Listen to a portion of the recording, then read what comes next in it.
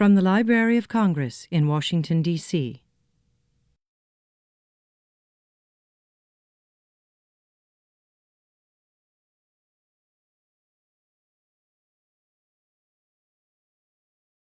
Welcome everyone to this joint CENDI, FLIC, FAGI digitization workshop series. This is number 5. It's hard to believe that we've had 5 of these already. And I would call your attention to the information, as scant as it is, at the bottom of your program, which talks about the number 6 and 7. We will focus on a topic that actually came from many people who've attended the workshops before, and that is the issue of 508 compliance and digitization. So look for more information on the CENDI website and your listservs. Now, what I'd like to do is to introduce James Snyder. James is a digital media engineering, production, and project management specialist. His extensive experience includes television, film, radio, internet technologies, and covers the gamut from traditional analog to cutting-edge digital data, audio, and video technologies. His career in both commercial and non-commercial sectors spans over 30 years. Mr. Snyder currently serves as the Senior Systems Administrator for the Library of Congress's National, this is a mouthful, Audiovisual Conservation Center, located on the Packard campus for audiovisual conservation in Culpeper, Virginia. And thank you, James, for coming so far. I know it's a trip.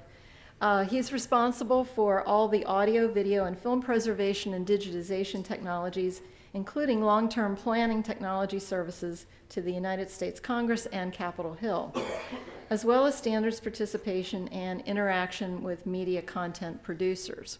So with that kind of illustrious background, we look forward to hearing what James has to tell us about the archiving and preservation of moving images. Thank you, James. Welcome. Thank you, Gail, and thank you everyone for coming today. This is quite a crowd, I must say. And I wish I could say that biography was a spontaneous authorship of the folks here, but those were my own words that I wrote for a bio about 2 years ago, and it's odd hearing them being spoken. So thank you all for coming. It's great to be here, and it's great to talk about moving image archiving. And you may say to yourself, why are you using that term? Well, hopefully you will realize during the course of today that once you get into digital, it really doesn't matter if your source was video, or your source was film, or your source was electronic cinema. It's all moving image archiving. I'm also going to be talking a little bit about audio and some of the technologies behind this. One of the things that you should also be aware of, though, is that this is the first time I've given this particular concentration on this presentation. So if folks would like to give me feedback about what it did or didn't do for you, this particular concentration, I would appreciate it. A few items about myself. I won't go over these in detail because you can read my bio as well as I can. This workshop was adapted from a number of different seminars and workshops given over the years for many different organizations involving digital television and internet media. And again, I'll let you read that for your own aggrandizement. Our agenda for today is, first of all, I'm going to introduce you to what we're talking about. And then second, I'm going to walk you through the basics of analog moving images, whether those moving images be video or the moving images be film. And since in many cases your moving image also has audio attached, I'm going to make a couple of notes about audio. I'm not going to go in depth in audio, but some key notes about audio as well. I'm going to walk you through the basic concepts of digitization and also some basics of what born digital moving image content is. In other words, what does it really mean, and what are the different types? Physical media and files are the two basic categories there. A little bit on the evaluation of physical media, because this presentation I think may actually run over time. I only have a few slides on this, so if folks have suggestions on what they'd like to see in the future, if this is, or a version of this is given again, that would always be appreciated, but hopefully give you some highlights of how do you inspect your media and some of the issues involved. And on also some notes on choosing an archival file format. I'm going to concentrate on the two main choices, which are either uncompressed or JPEG 2000 lossless. And the reason I'm going to concentrate mostly on JPEG 2000 lossless as a compressed choice is because that's what we've chosen here in the library, and I think the best example to show you what the decision-making choices are is to walk you through why we chose what we chose. There are other choices, of course, but there are some compelling reasons not necessarily to choose those, and I'll mention those as we go along. And then a little bit on the IT systems behind this, because when you get to files, you really are talking about IT-related systems. But you're not talking about just IT-related systems.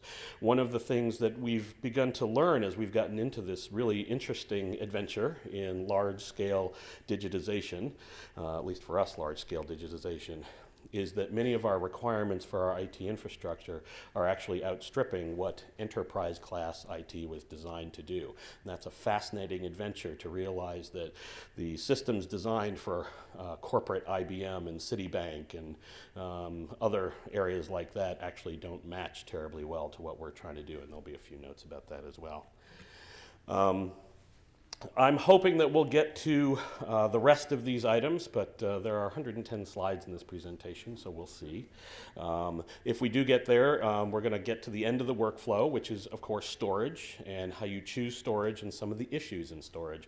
Things like regular migrations, verifying your archive, whether or not to use cryptographic hash sums and what that really means.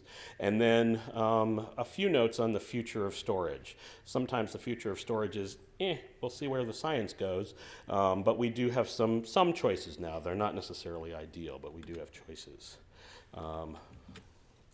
For the most part, I'd appreciate if questions would remain for the end of the presentation. However, if something really occurs to you and you really got to know it in the middle, as long as we don't take too many of them, I'll be happy to take a question or two as we go along.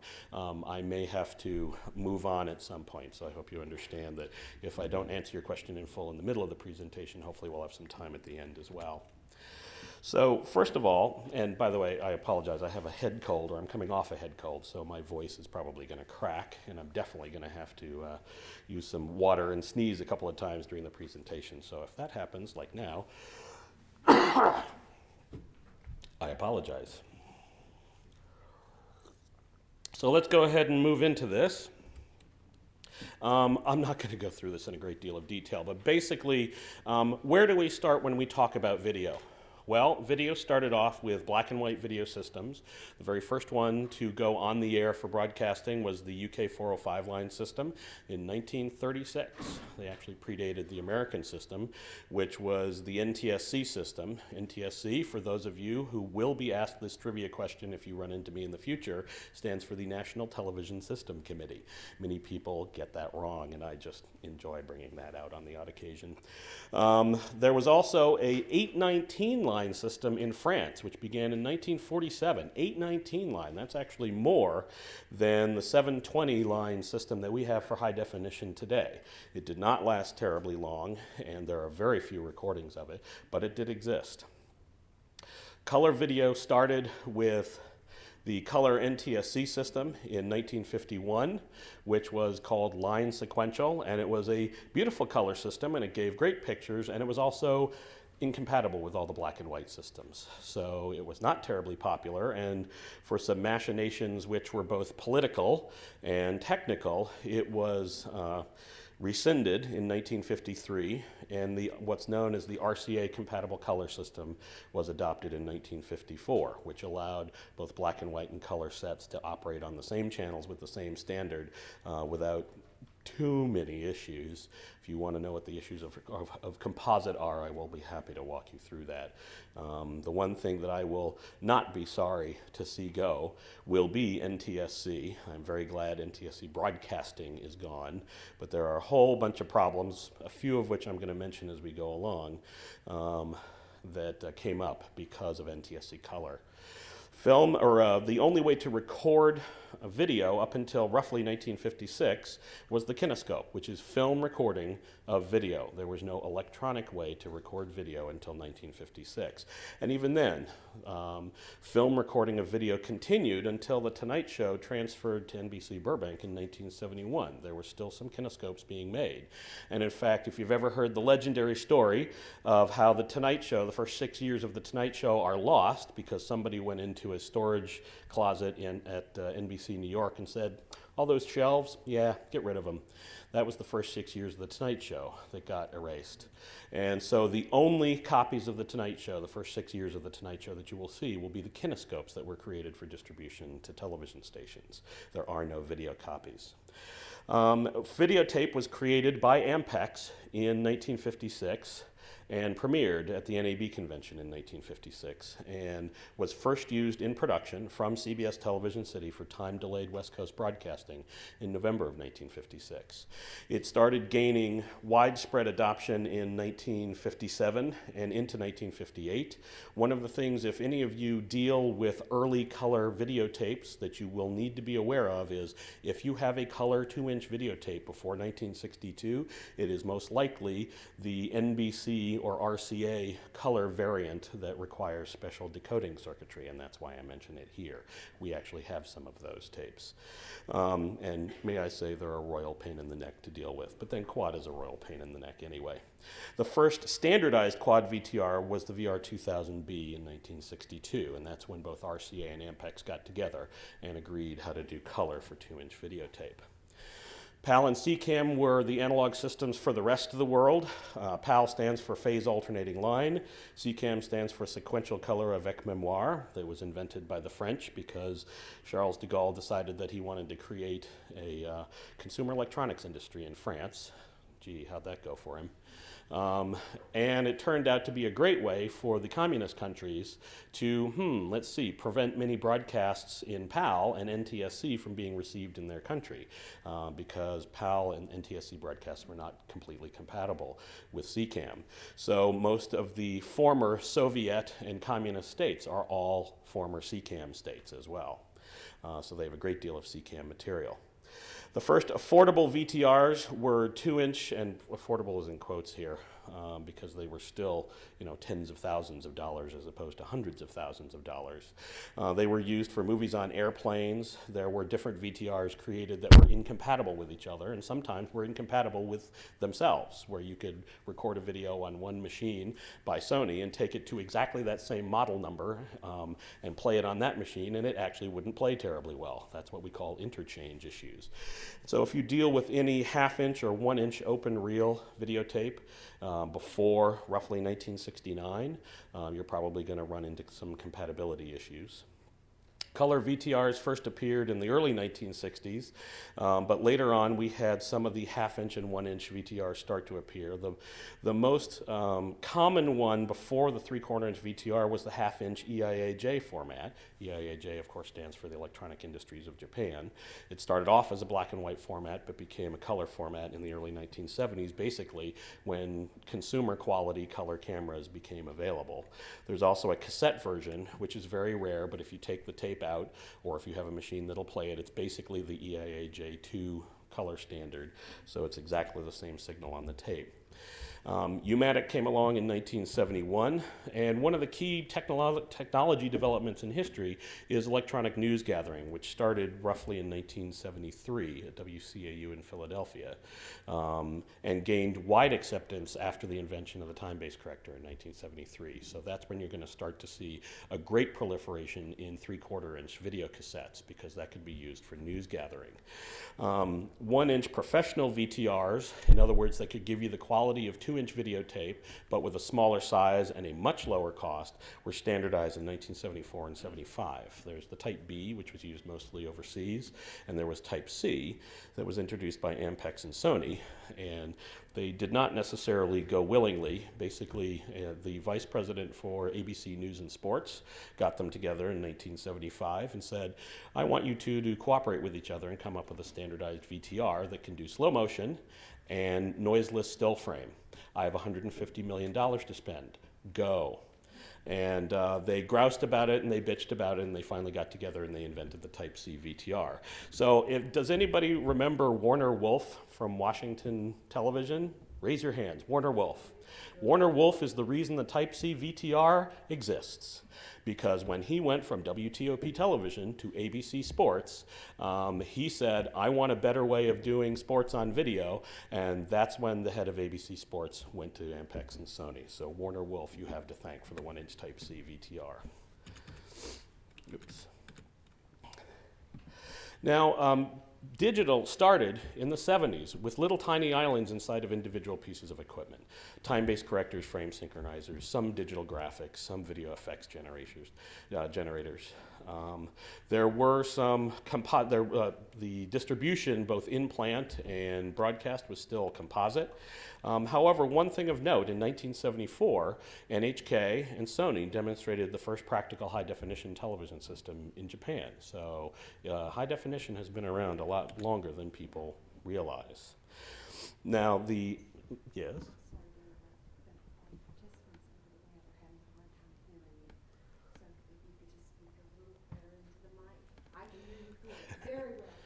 For those of you who are listening to me on the web, you may be hearing me in the Kermit the Frog mode, because that's basically the way my voice is now. I will try and speak a little bit better. Not quite sure what that means, but I hope you'll bear with me.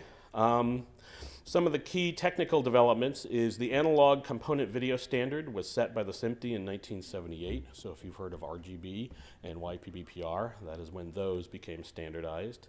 The digital video sampling standard, which was CCIR 601, or what you may know as 601 video, was set in 1982.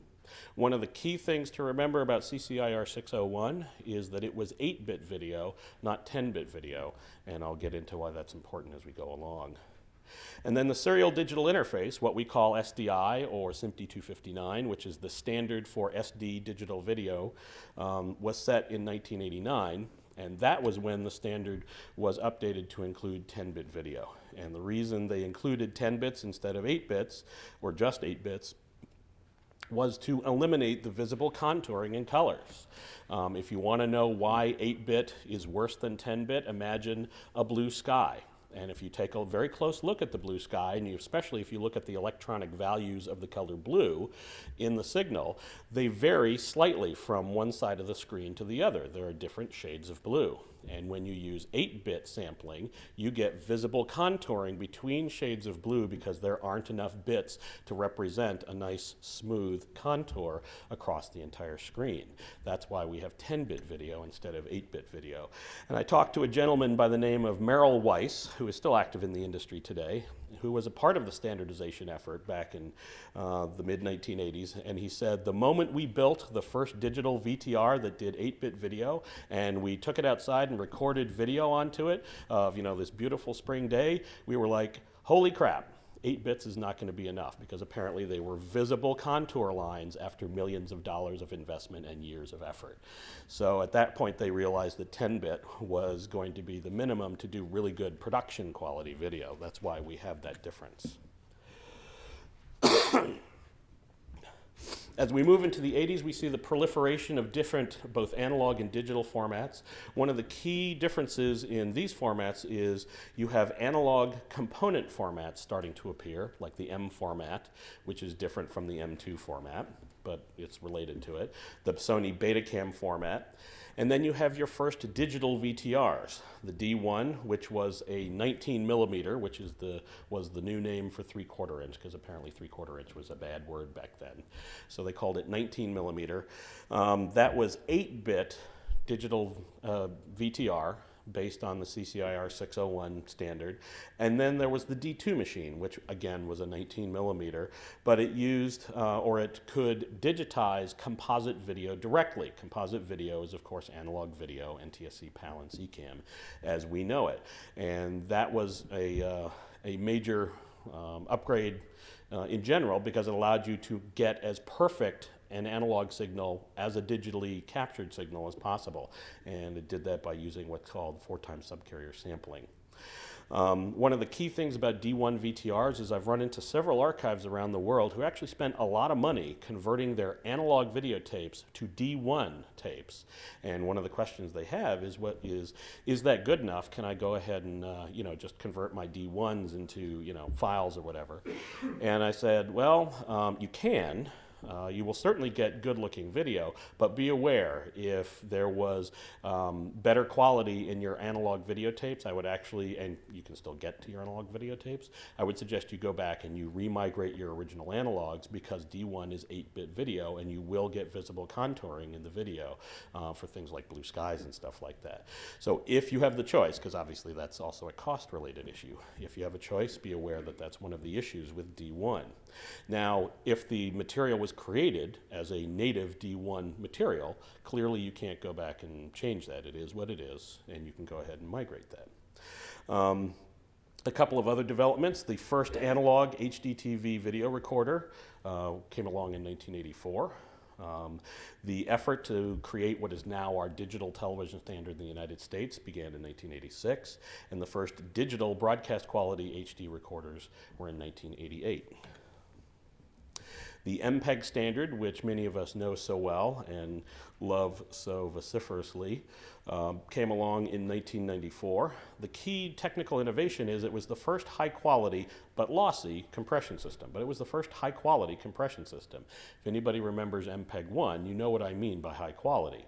It was also the first standard that allowed full resolution SD and in fact HD to be created with compression, of course, and it was adopted by both the American and the European digital television standardization folks. One of the key problems, though, with MPEG, and this was mostly because of the throughputs available at the time, was there was no lossless compression scheme. And so if you ask why did JPEG 2000 do it but MPEG 2 didn't, it wasn't because they didn't see the future, it's because there were technical interference. There was a technical inability to be able to handle lossless encoding at that point.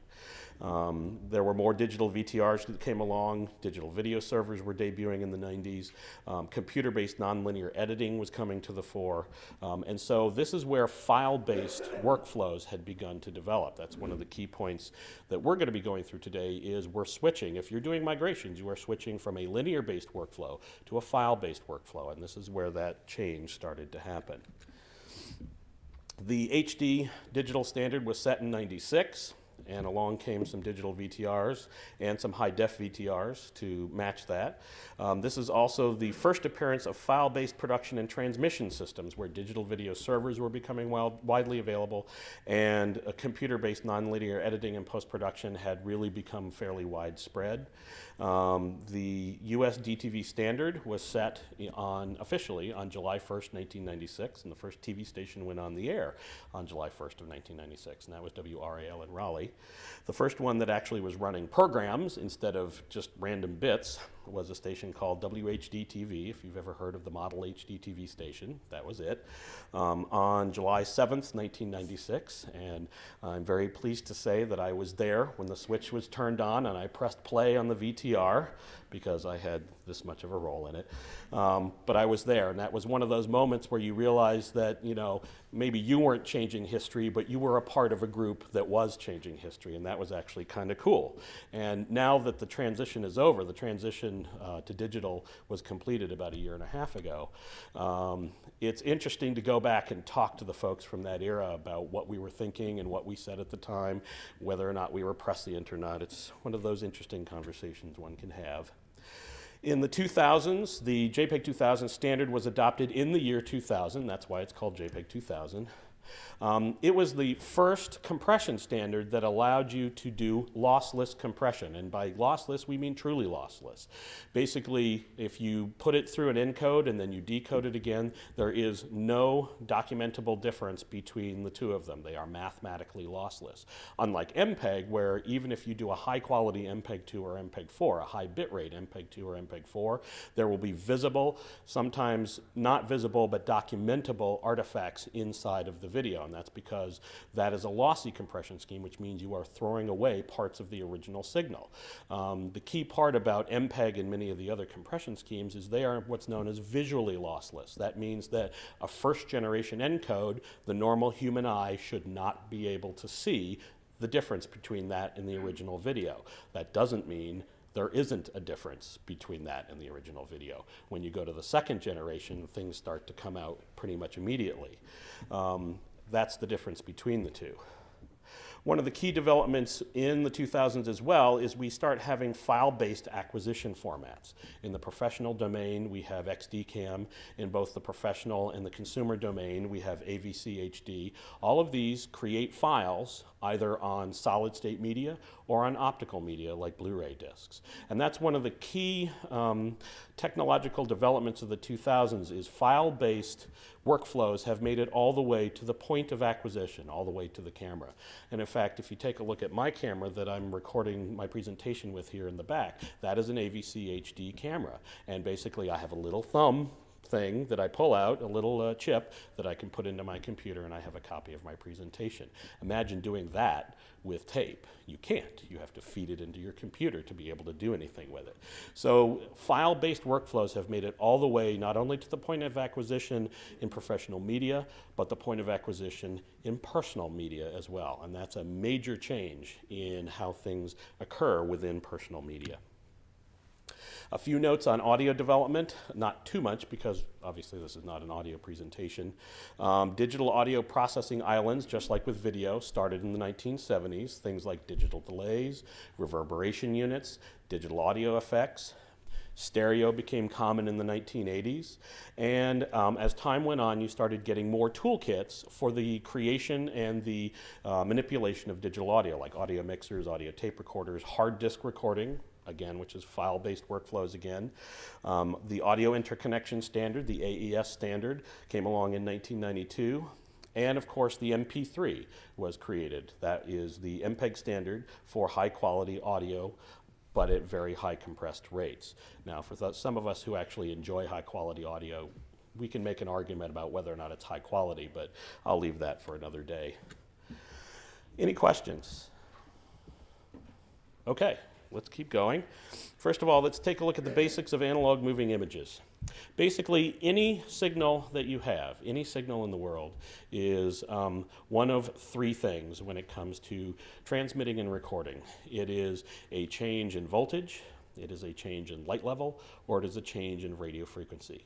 Everything in the world is some form of one of those three or a combination of the three. Everything. So keep that in mind. In the case of video, you have three channels, three color channels. They start off as red, green, and blue in color. And you have a voltage level varying from the very darkest color to the very lightest color. In the case of black and white, it would have been from black, whatever the definition of black was, to whatever the definition of white was. And of course, we have scan lines. And so every time you scan a line, you have a waveform, and then you go back to the beginning of the next line, and you scan the next waveform. One of the key things that I do need to bring to your attention is the difference in scanning rasters. Now, for example, our 525 and 625 line standards were both interlace, but we also have what's known as progressive, like this screen that I'm using here for the computer. This is a progressively scanned monitor. All flat panels, if you have a flat panel at home, how many people have a flat panel at home? Every single flat panel known to man, maybe with one or two exceptions, is progressively scanned. So then you have to ask yourself, well, how do we get from interlace video to progressive video in these things? Well, that's called a scan converter, and sometimes that does a good job and you don't see the effects of the scan conversion. Sometimes it does a bad job and you see the effects of the scan conversion. So if you sometimes wonder why the quality of the video on your TV set at home may not be exactly what you expected it to be, part of it may actually be your own TV screen. Part of it may be compression, part of it may be a couple of other things. The interesting part about this business is it's kind of a whack-a-mole these days. You don't quite know exactly what everything is. If you get to know all the different types of artifacts, you can make really educated guesses. But in the end, unless you have some really good test signals, you don't know for sure. And that's actually been one of the great, changes in how we do video and how we do moving image, is being able to figure out what those things are. The conversion from analog to digital is also the Engineers Full Employment Act. That's one of the nice things about it. So the difference between progressive scan and interlace is progressive starts at the top and progressively scans each line in sequence, 1, 2, 3, 4, 5, 6, all the way to the end of the raster. Whereas with interlace, it does all the odd lines first, 1, 3, 5, 7, 9, and then it goes back and it does all the even lines, 2, 4, 6, 8, 10. Can anybody tell me why they would do that? Why would they design a system to do it that way? Why wouldn't they do progressive from the beginning? I think for television, you could see it. If you're only updating the screen, is the question of the persistence on the screen and seeing the flicker. Why is that bad? Why is that bad? Distracting? Yes. Granted as fact, absolutely. In essence, though, what I was aiming for is it's a form of temporal compression. In other words, you know that you can either double your frame rate to get rid of the flicker, or you can interlace and fool the eye into thinking that it's seeing 60 frames per second when in fact it's seeing 30. So back in the days of vacuum tubes where scan rates couldn't be terribly high, it was one of the ways to make people think they're seeing, high frame rate when in fact they're not. So close, very close. Okay. One concept that you should at least become slightly familiar with is colorimetry. The reason I say this is there are different types of color that exist. There's analog color, there's digital color, there's different standards for color. If you look at the SDI standard, that's what's known as 601 color.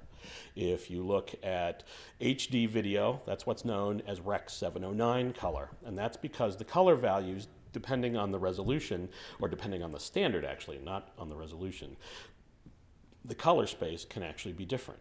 Film has different color space than video does. Electronic imaging has different color space than video or film does. And so one of the things you need to be aware of is when you're talking color, if you're talking RGB, if you're talking YPBPR, what are you really talking about? What color space are you talking about?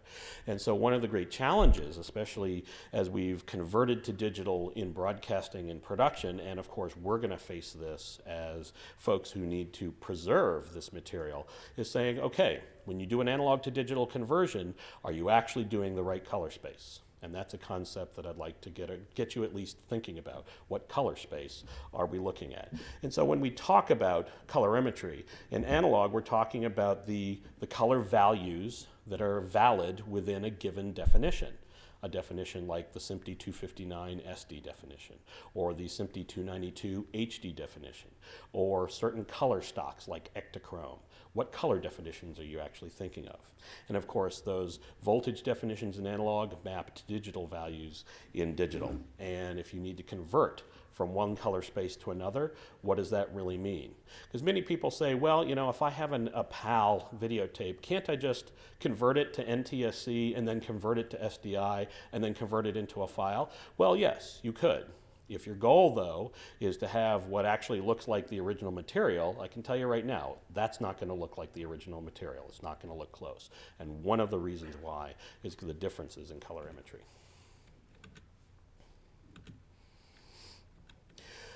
As a concept, one thing I'd like to get you familiar with, if you're not already, is we've got two types of component video. We've got RGB, which is full resolution, as much information as you can capture from the original capture device.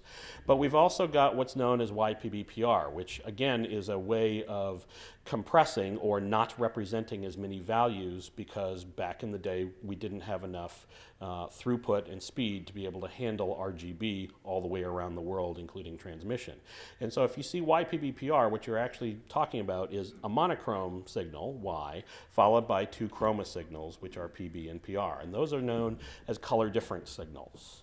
So one of the things you're going to hear me say, and one of the things if we ever talk about stuff face to face, if you ever use the word component for YPBPR, I will correct you. That is component color difference. component is RGB, because those are the original 3 components that video are produced in. And the color difference signals, which were R minus Y and B minus Y, for simplicity's sake, are represented as PB and PR. So if you ever see Y, R minus Y, B minus Y, YPB, PR means the same thing. Those are 2 different terms for the same thing. In NTSC, these are processed to become what's known as the I and Q signals. So if you ever look at a vector scope, you will see 2 90-degree angle offset vectors, usually labeled I and Q. That is where the color information for NTSC is actually modulated. That's where it's actually carried in the analog signal. In PAL, they're known as U and V. Now, one of the things that I need to say is many people around the world use YUV to mean YPBPR. They are not the same thing. So if you mean component color difference, say YPBPR. If you mean PAL component color difference that's modulated as an analog signal, that is YUV. This is what an analog waveform looks like as a drawing, and this is what it looks like in reality.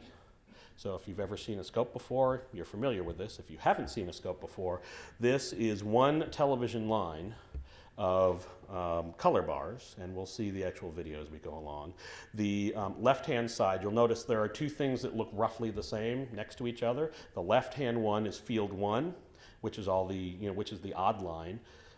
The right-hand one is field 2, and in this case, I've put the color information, I've superimposed the color information over it so that we could see what the black and white version of the picture looks like and what the color version of the picture looks like. Now you may say, well, why do I care about this? Because these kind of test signals and this type of monitor is what tells you how good the signal is that you're, first of all, recovering off the tape, and second of all, that you're putting into your analog to digital converters. And remember, when it comes to analog to digital conversion, garbage in is garbage out. And in many cases, the garbage will also be digital garbage, because if the analog signal does not fit certain parameters, the analog to digital converters will start injecting unintended artifacts into the digital picture, like green lines and pops and clicks in the audio. That's a bad audio to digital or analog to digital conversion. The most common video formats are 525 and 625, which are the legacy formats, of course. However, in digital, they're known as 486 or 480 and 576. And they are 720 pixels by so many lines. And so you'll notice the nomenclature for this presentation, in fact, the most common nomenclature in the industry is how many horizontal pixels by how many vertical lines. So 720 pixels by 486 vertical lines, and then how many frames per second is your video being reproduced at. In the case of NTSC, it's 29.97. In the case of PAL and CCAM, with one exception, it is 25 frames per second. Can anybody tell me the one exception to PAL and CCAM where it is not 25 frames per second? Your test for the day. Well, one of many. Okay, in Brazil, in their infinite wisdom, Brazil decided to adopt 525 lines, but PAL color. So they actually do 29.97, but PAL color transmission. That makes for some interesting videotapes when you look at stuff coming out of South America. In the case of HD, we've got 720p, if you've heard of 720p. What that really means is 1280 pixels, horizontal pixels, by 720 vertical lines. And you can have any of a number of different frame rates, but the most common frame rate is 5994. If you watch ABC television or ESPN in HD or Fox television, that is 720p 5994. In the case of 1080 line HD, it is 1920 horizontal pixels by 1080 vertical lines. And again, it can have different frame rates. The most common is 29.97. However, both 5994 and 60 frame per second video is in development, and we may see that in the not too distant future. One of the things that I need to bring to your attention is there's the dreaded 1080i60. This is a Sony nomenclature that was created in the mid-1990s by a gentleman named Larry Thorpe. And I love Larry dearly. He's one of the nicest Irishmen I've ever met in my life, but he was the one who came up with 1080i60. And one of the problems with, and Sony adopted it, he was at Sony at the time, and Sony adopted it, and it's become standard nomenclature throughout the industry. There is no such thing as 1080i60. It does not exist. So be careful when you're talking about 1080i60, when you have your television screen up and it says 1080i60 as the standard in the lower left-hand corner. It's not. It's 1080i 2997. You will also notice many professional and consumer documents say 1080i60.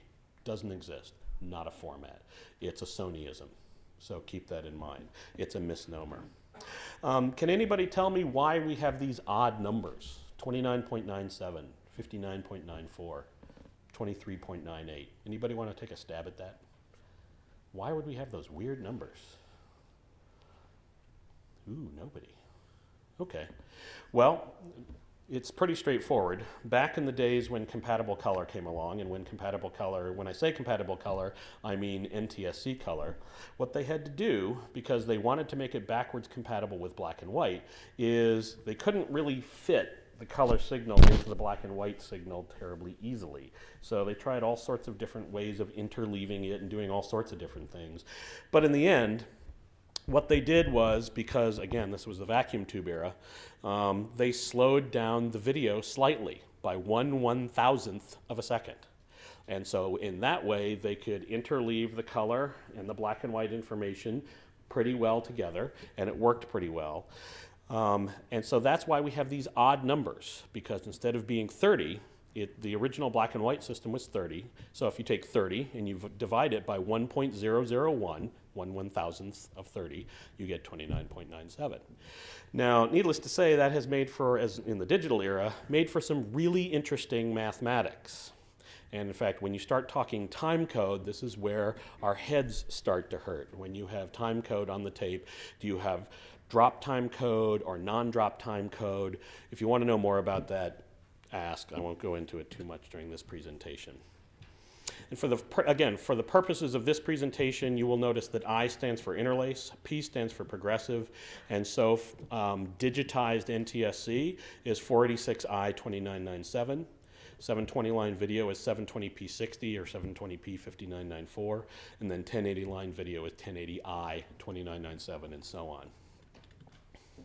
You will notice that there are different forms or different nomenclatures that they use. Some of them use a slash. Some of them use different, orientations for how to do it. I find that just saying 720p 60 or 720p 5994 as a term, it's straightforward and it's clean, and you don't have slashes, and it's pretty straightforward. I prefer it that way. So when you're making digitizing decisions, if the goal is the best quality, you need to keep a couple of different things in mind. Now, one of the things I'm very well aware is there's a balancing act, especially for those of us who are not the Library of Congress. There is a balancing act between the best quality and what we can actually afford to do. So keep in mind, this is best quality. That doesn't mean you're necessarily going to be able to afford to get there. And that, for the most part, is okay. There are expediencies. Do you save the material, or do you try and spend gobs of money to get the best you actually can? Sometimes you don't have to spend gobs of money. Sometimes you do. So it's a balancing act between how do I do the best that I can and get the original material versus how do I actually save it and I only have $10,000 to do it. Because for many of us, that's a real decision-making process. And so no harm, no foul on making those types of decisions. That's an expediency decision, and that's fine. But if you want to maintain the original quality, 10-bit sampling must be used for exactly the reason that I mentioned before. It's 4 times the accuracy, because it's a binary number. It's 4 times the accuracy of 8-bit video. It's not 2 bits more, it's 4 times the accuracy. And I'll go into that as we go along. A high-quality analog to digital converter must be used that separates the color from the black and white as cleanly as possible. However, be aware, you will never do it completely cleanly. You will always notice artifacts that came from the fact that the color and the black and white were interleaved with each other. If you ever look at an analog television screen, I'm going to destroy your way to watch television now, you poor things. If you want to see the artifact that tells you that this is an analog signal or was an analog signal originally, even though it may be digital now. If you take a look at things like news coverage, where you have an anchor with a box over their shoulder, the vertical edges of those boxes will appear to have little dots going from bottom to top. That is an artifact of the interleaving of color in black and white, because those dots are the Luma decoder incorrectly decoding color information as luminance information and vice versa. That's one of the key ways to tell something that has been analog video, and you cannot get rid of it. You can lower the impact of the dots, you can make them as unobtrusive as possible, but they will always be there. So that's also a reason to never ever, if you've been in the digital domain, to never ever go back to analog and then go back to digital. Don't ever go to that composite step, whether it be NTSC or PAL, because those artifacts are injected and they cannot be taken out. So just be aware, when you digitize your analog video, it will not look like perfect digital video. It will always look like a really good version of analog video. So when you're inspecting your media, what do you look for? Well, with tape, you need to watch out for sticky shed. Sticky shed, of course, is a myriad of problems that basically revolve around something being on the surface of the tape that first of all makes it stick, and second of all makes it shed the oxide and pieces of the tape. One of the key factors in whether or not you're going to deal with sticky shed, first of all, for the most common format out there, which is one of the most common formats, which is 3/4 inch. Both Scotch and Ampex debuted their broadcast quality 3/4 inch tapes in 1978. And so that's the dividing line, the color or the quality line for 3/4 inch videotape. Anything before 1978 has a lot more incidents of sticky shed, tape leader splices that fail, mechanical failures, and so forth. One of the key things I can recommend is, and this is a big if you can afford a tape inspector, buy it. If you can afford a tape cleaner, buy it. However, I will warn you right now, they are not cheap. They go from roughly $15,000 for the ones that may or may not ruin your tape simply by processing them, to $40,000 and $50,000. So they're the cost of a VTR, a brand new VTR. But if you can afford it, the best thing I can tell you is go ahead and get a tape inspector and a tape cleaner. The only proven treatment at this point for sticky shed is baking, which, as many of you probably already know, is heating the tape in an oven to approximately 130 degrees for several hours. Basically, what the stickiness is on the surface of the tape is something is coming out of the tape that makes it sticky. And the reason it's coming out of the tape, or at least we believe the primary reason it's coming out of the tape, is because of hydrolysis. In other words, the tape is not a static device. It absorbs and lets off water. And as part of that absorption of water, it creates things on the surface of the tape. The only way to really get rid of it at this point is to bake the tape. The problem is it does not permanently stop the condition. There is some evidence that it may actually make the condition worse, where if you have to go back and bake it again, it'll actually, or if you go back to the tape again, it'll have actually made the condition worse. One of the things that we're studying right now is exactly what is this problem? What is sticky shed and what are we dealing with? And we're fairly early in this process. We don't have all the answers yet. And so as time goes on, hopefully we'll get there. So use baking with great caution. There's a good chance that you may damage or destroy your tape. So always assume if you have to bake a tape that you will get one chance to copy it, and one chance only. You may get more. It's quite possible you'll get more, but you may get it once. I've had tapes where we've put the tape into the VTR after baking it, and a little cloud of brown comes off of the tape heads, and the inside of the VTR, by the time the tape is over, is covered in oxide because it is just shedding it all over the place. To a certain extent, that may have been the original damage to the tape, or the aging of the tape, the natural process of the tape. That may have been baking. One of our issues is we don't know exactly where that dividing line is, and we're working on finding out more about that. So is there something better? Who knows? We're looking at a number of different things, storage in low humidity for long periods, treatment in a low humidity chamber with an active dry airflow for shorter periods. Can we adapt our playback devices to mitigate sticky shed, like cooling of the head stacks at the point of contact? This is all speculative right now. We don't know if this would do anything better. We're trying to do the homework to figure this out because clearly this is an exceedingly difficult problem, so stay tuned.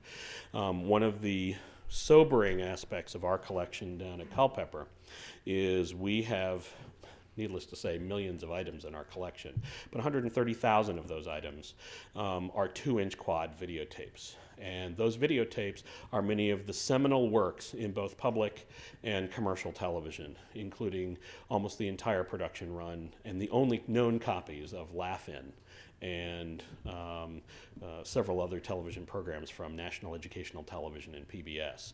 And one of the problems we're running into is the Scotch 400 series videotape has an exceedingly bad sticky shed problem.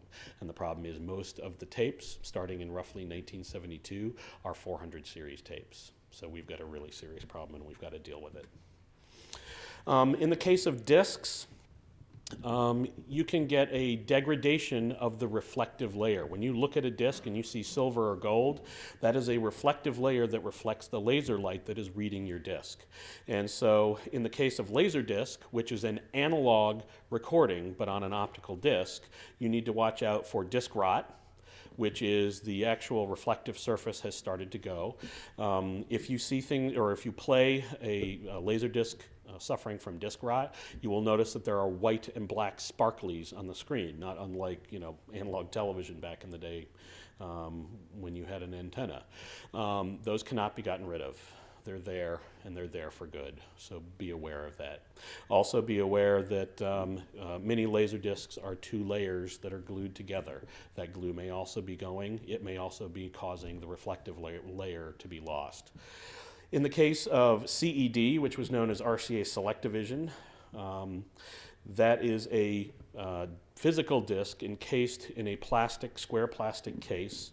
Do not, under any circumstances, open the case or touch the disc because you will permanently damage the recording.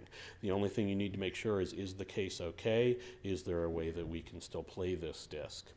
In the case of video CD and DVD, the pressed discs, the commercially pressed discs, which are colored usually either silver or gold, you can inspect the surface for any kind of data rot or any kind of surface rot. But burnable discs, which are basically dye layers that have had information pressed in them, our procedure is we copy them as soon as possible. In other words, we are turning them into ISO images, either CD standard or DVD standard ISO images. They are not aging terribly well. We've got 10-year-old discs that we can't read anymore. And that's content that may be gone for good if that was the only copy that was ever created. Any questions? Yeah. I want to go back to your previous statement on CDs and DVDs. Am I to understand that burnable media, in your experience, has a shorter time frame than media that has been commercially produced and replicated? Yes. And again, why the difference, and how much more time do you attribute to commercial media? The reason is there's a fundamentally different design between the 2 types of discs. In the case of commercially pressed discs, whether they be CDs or DVDs, you have the plastic or the polycarbonate that the bits are actually pressed into, and then you have a reflective layer, which is metal, usually aluminum or some form of gold, sprayed on the disc that makes those bits or those depressions in the plastic make them visible to the layer. In other words, the system can see the difference between a 1 and a 0, if you will. In the case of burnable discs, that's a dye layer. And just as with color film that goes red within 5 years, any dye layer has a problem with going bad over time. It changes physically over time. It changes more if you leave it in heated areas. It changes less if you keep them cool. But the fact is it's going to change over time. And just as with any kind of all-in-one dye-based color film system, you cannot stop those films from going red within 5 to 10 years. In the case of dye layer optical discs, it really depends on the quality of the manufacturing, on the quality of the dye layer, sometimes on individual production runs within the same manufacturer. There are differences between all different sorts, but given that we've seen such a wide range of quality differences in the burnable discs, our policy is as soon as we can get in front of what we already have in our collection, we're going to rip them, if you will, to ISO images as soon as we can when they come in the door, because we don't know whether or not that disc is going to survive 10 years or 2 years or maybe even 6 months, because we don't know what environmental conditions it came through before it came to us or what the quality of manufacturing was. And so our faith in the long-term ability of dye layer burnable discs, the longevity, we don't have a great deal of faith in them. So until someone can show us something better, we're going to be cautious. Yes, Kate? Can you just quickly talk about this low humidity study that you're doing, the treatments? Is that just internal to Culpeper, or are you working with some different studies? Actually, we're not doing the work at all. And in fact, part of what I'm going to be doing later today is talking with the Preservation Directorate about this. But there have been some folks out there, and one of them is a gentleman in Philadelphia, and since I haven't asked him if it's okay to release his name, I won't. But there's a gent in Philadelphia who specifically has stored sticky shed tapes in a low humidity environment, and his on-the-ground experience is that has helped mitigate sticky shed. So that's an area that we're going to take a look at as time goes on, whether it be us in Culpeper or it be, others that we work with. We're going to take a good hard look at that, because it actually kind of makes sense. If you treat things in a low humidity or even a close to no humidity environment, it may do the same thing as heating. And so if we're storing all this media in these vaults anyway, why not store them in low humidity vaults? I mean, conceptually, store them in low humidity vaults, whereas we don't have to do something which we know causes problems, which is baking. Because basically that's what baking does. It's driving off the water. Does that answer your question? It does. Okay. My not so secret agenda is let us know, James, because at the National Archives we might want to work with you on. As soon as I know something, I will be happy to have that conversation with you. Yes? Hi, for the purposes of the folks attending remotely, which is about 100, could we possibly repeat the question? Oh, sure. So that they have the context of Absolutely. answering? I keep forgetting. The immediate previous question was Kate Murray from the National Archives asking about the low humidity study, and hopefully I answered that well enough. And then the question before that, which was about burnable optical discs, basically involved what's the difference between commercially pressed optical discs and burnable optical discs, and that of course is the dye layer versus the reflective layer. Any other questions? Okay, let's go on to motion picture film. The most common formats, and again, for those of you who are already familiar with this, excuse my repeating anything, the most common formats are 35 millimeter, which is still used in many motion picture theaters around, or most motion picture theaters around the world. There's also a variant of 35 millimeter known as Super 35, which is a camera negative and post-production format where the extra space that usually is taken up by the optical soundtrack is used for actual picture acquisition, so that there's actually a wider frame on the film. There's 16 millimeter, which has been a very common distribution format for a whole bunch of different uses. It's been very common for educational and instructional formats, industrial training, schools, and the like. It was used widely for television news acquisition and documentary production, including network television documentary production. Much of the 60 Minutes archive is on 16 millimeter film before they started using videotape in the 90s. Sometimes it comes with magnetic stripes on it for sync sound on the side, so you can actually record sound on the film in the field. It was a very common kinescope format. In fact, many of the Tonight Show films are 16 millimeter films, and many of the kinescopes that you see in collections or God help us, you see on eBay. Those are all 16 millimeter format films. It was the most common distribution format for television stations before the mid-1960s, when all television stations were finally tied together by landlines and microwaves. Most television stations outside of the top 30 markets were not tied together with direct transmission before the mid-1960s, and the only way they got their network programs was on 16 millimeter film. And then there's also a variant of 16 called Super 16, which again is a camera negative format where you can shoot a larger image to gain a little bit more quality, and it takes up the space that normally would be taken up by the optical soundtrack in 16 millimeter. There's 8 millimeter, which was designed as a consumer format and sometimes was 16 millimeter split in double perf split in half. Sometimes it was produced as 8 millimeter. There was also a variant that came along in the 60s called Super 8, which was a consumer format where it had actually smaller sprocket holes than 8 millimeter, which permitted more picture area to be recorded onto the film. And then there's 70 millimeter, which was a very high quality distribution and production format from the 1930s into the 1990s. Some uncommon formats just to note, things like 9.5 millimeter, 17.5 millimeter, which was 35 millimeter split in half, 28 millimeter, and 65 millimeter, which usually was a camera original negative shot for 70 millimeter distribution. In other words, if you take off that extra space on 70 millimeter that's used by the magnetic stripes for the soundtrack, that's basically 65 millimeter film. And so they didn't use the wider film for actual camera production. For film, resolution is usually measured in line pairs per millimeter, and that's roughly equivalent to what we think of as video lines of resolution. It's sometimes expressed as line pairs per picture height so that you can make a comparison between your video resolution or your electronic imaging resolution, if you will, and the film resolution. And that depends on many factors. The actual resolution on the film depends on many factors. How the emulsion was made, how the film was shot, because the quality of the lenses in front of the camera actually has a demonstrable effect on the resolution that actually makes it onto film. How the film was processed. Was it a mass-produced copy?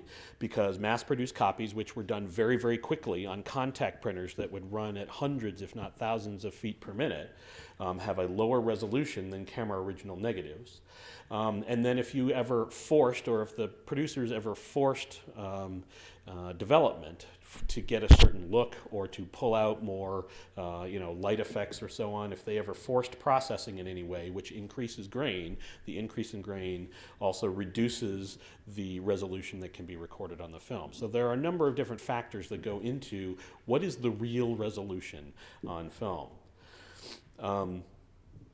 To give you an idea of what the electronic resolution versus the physical resolution is on film, and these are rough. These are rough estimates, and they're not the same for every type of film. It really depends on the emulsion and how it was shot and a number of different factors. But roughly, for 35 millimeter film, there's been demonstrated up to 16,000 lines of resolution for the best 35 millimeter camera negative.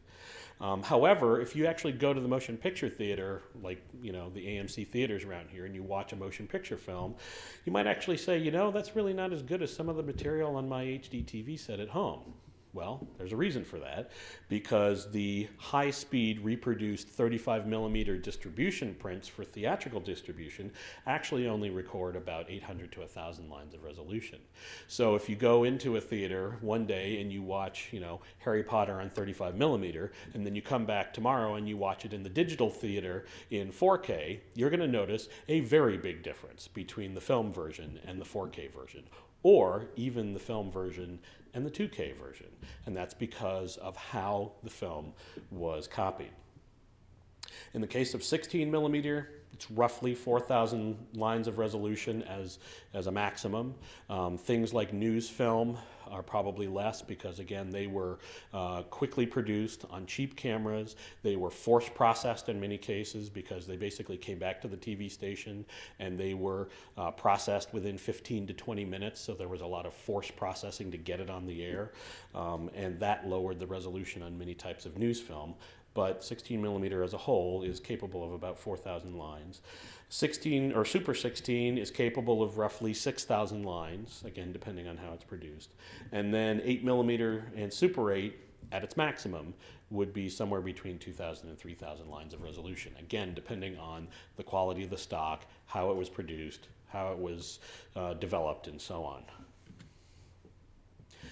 When you convert from analog film to digital, what do you need for preservation? In the case of lines of resolution, you need to get as close to the resolution of the film as possible. Now, again, this is one of those moments where you have to decide, do I preserve on a large scale if I've got a, any collection of any size, or do I do the whole thing and I have enough money to do the whole thing but not do it at a high enough quality? That's one of those decision-making factors you have to go into. Again, if you want to do the best, I can only recommend get as close to the original film resolution as possible. That said, there are very few film scanners that can get anywhere close to 16,000 lines of resolution for 35 millimeter film. I can tell you right now, we don't have one at the library because they are very, very expensive, and unfortunately, we don't have infinite funds. However, if you're doing something like Access, HD or SD will probably do, since it uses common production tools that are off the shelf and are fairly inexpensive. If you are producing for online, you can actually use lower resolution. You can use highly compressed MPEG-4, you can lower the horizontal and the vertical resolution, you can do a number of different things to allow it to be a very small file. However, the one thing I would like to say is if you think that file is going to be around for any period of time, one of the things I just want you to stick in the back of your head and think about is this file going to be around? And if so, will it survive the 2 to 5 years that it will take for a lot more broadband to be available out there? And so when people are starting to download YouTube videos at 4K, and YouTube does have a 4K page now, it's quite possible that you may have to go back and redo your Access files for streaming onto the internet at some point, because people will start complaining and saying, this looks like crap. And they're right, it probably does. I mean, how many of us think that YouTube is actually good quality video? One of the advertisements that I always got a kick out of, I haven't seen the ad in the last year or so, but for about 5 years it ran, and it was a DirecTV ad where there was the DirecTV man with the DirecTV logo on the back of his jumpsuit on the top of a ladder doing the dish to install it, and the homeowner, hairy homeowner, comes up and says, is this good quality television?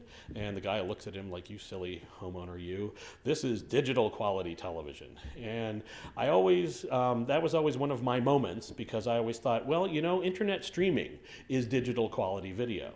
It's just really bad digital quality video.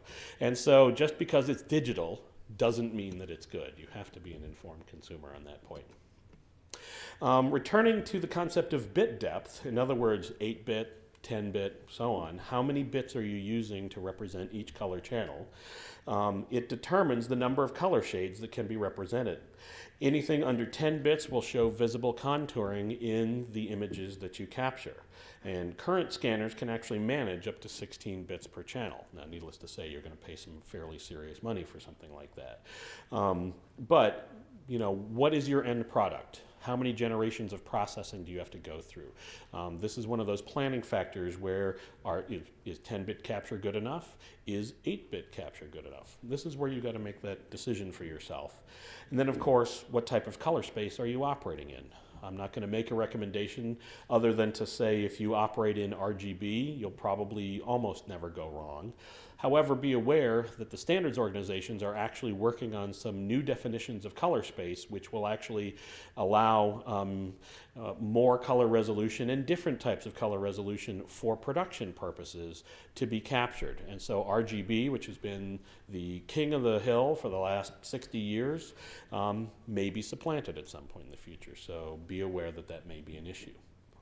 Also, when you're actually converting to digital imaging, do you mask or do you not mask? Do you scan to the edge of the frame? because frames can have very rough looking edges, or do you mask it in some way? And keep in mind, film tends to weave, and so your masking can also cover up that weaving. Or do you crop while scanning, or do you crop in post-production? At the library, we do any of a number of different things depending on the material that we're dealing with. Now, many old films and things like fast copied or high-speed copied films have a lot of what we call gate weave, where the image visibly moves from left to right, or even up and down and left to right on the film. And so what we do is we capture the whole frame plus a little bit at the edges, and then in post-production we rejigger those so that the frames match. And so we set certain points in the image for our computers to pay attention to, and then they bring the registration back in where you don't get a lot of weave to the picture. And that way, especially on old films where the stuff literally goes like this sometimes, it keeps you from getting motion sickness when you watch the material. But that's actually one of the creative things you need to take a look at as well. Do you want to do post-processing like that? Many times these decisions are dictated by how expensive a scanner you can afford, either because you're purchasing a scanner or because you are going out to a post-production facility to do your capture for you. And so there are many different planning factors when coming up with what do you need, what do you want, what can you afford. That's some of the key decision factors. So what's this digital cinema? How many of you have heard of digital cinema? Not as many as I thought. Well, if you go to any of the major theater chains around here, you will notice digital presentation in their advertisements, and that usually means they're using a digital projector and it has not touched a frame of film. Sometimes from the point of acquisition, it has never touched a frame of film. Most motion pictures today, or at least a majority of motion pictures today, are not shot on film. They're shot on high-resolution electronic imaging cameras. Things like the Red One and the Cine Alta and things like that. So in many cases, film has never entered the motion picture part of the industry. Digital cinema as a term was standardized by a group called the Digital Cinema Initiative. And this is the website if you want to take a look at who they are. They're the major studios and, more importantly, the major theatrical owners as well. In other words, folks like AMC and Regal, United Artists, folks like that, where they decided, especially the motion picture producers decided, we're really tired of spending $8,000 to $10,000 per print to distribute our 2,000 prints around the country for general release. That's a lot of money just in motion picture film to get our film out there. Is there a way to get around that? And so they created digital cinema. And it was accepted by the standards organization, the Society of Motion Picture and Television Engineers. There are two standardized distribution formats, two flavors. One is known as 2K, which is 2048 pixels by 1080 lines. And if you look at it for a second, you say that's an awfully close numbers to HD, which is 1920 pixels by 1080 lines. And eureka, you got it. It's basically widescreen HD that can operate at either P24 or P30 frames per second. There's also a production format or a capture format as well, known as 2048 by 1556. And that might actually be a valid capture format for things like 35 millimeter or 16 millimeter. For 16 millimeter, it might actually be a good preservation format as well. So there are some scanners that you could use for preservation that could accommodate these standards. And then the second one is 4K, which is 4096 pixels by 2160 lines, which is 4 times the resolution of 2K. And if you go to places like AMC at Tyson's Corner or many of the Regal theaters, and in fact, if you ever go to MovieCo, most of the MovieCo theaters are now 4K, and about half of the AMC and the Regal cinemas are now 4K. And it really is a fantastic picture. But keep in mind, these are distribution formats, not necessarily production formats. And so in the case of 4K, there's also a scanning format, which is 4096 by 3112. And so again, this may be a good preservation capture format for 16 millimeter film. And many film scanners today are shipping with this and the 2K format capability. The key thing to keep in mind is both of these formats are distribution formats. When you take a look at an electronic cinema presentation, they are compressed and they have been encrypted for transmission. And so from an archiving perspective, for those of us who are the Copyright Office of the United States, we have to take that into account. And if you ever receive a digital cinema package that has been keyed and encrypted for whatever reason, because it's part of a collection or whatever, keep in mind that's actually one of the technical challenges, isn't necessarily just keeping that digital file extant, but also being able to replay that digital file. That could be a challenge. So the encrypted and the compressed versions are not necessarily ideal for long-term archiving. One of the key things, though, is that these are produced and distributed as files. And there are three key files to keep in mind when you think of digital cinema. There's the digital source master, which is the final edition of the electronic cinema production, the final edited version. There's the final step before compression and encryption, which is known as the DCDM, the Digital Cinema Distribution Master. And this is the motion picture in its final form, but at the highest quality. And the difference between the DSM and the DCDM is things like the DSM is one contiguous file, whereas the DCDM is cut into 20 or 40-minute increments based on the length of 35mm film reels. Yeah, go figure. It's kind of like NTSC. We're never going to get rid of 2997, and we're never going to get rid of 20-minute, 35mm reel timings either. Go figure. And then the final output is known as the digital cinema package. That is the compressed, encrypted, and keyed to the individual projector's serial number. That is the file that actually goes out to theaters. Now, obviously, given that this is an extremely high-quality file, the folks who produce and own this content and don't want massive amounts of high-quality content copied over in China, they have a reason for doing this, and it's a perfectly valid reason. But for those of us who need to archive these things, we need to keep in mind what the challenges are, the technical challenges are, if we ever end up with any of these files in our systems.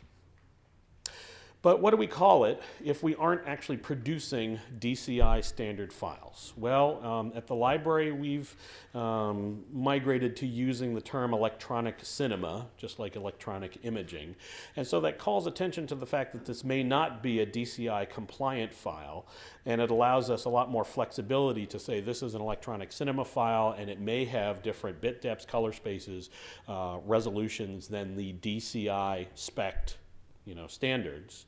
And so for our purposes, we tend to use the term electronic cinema.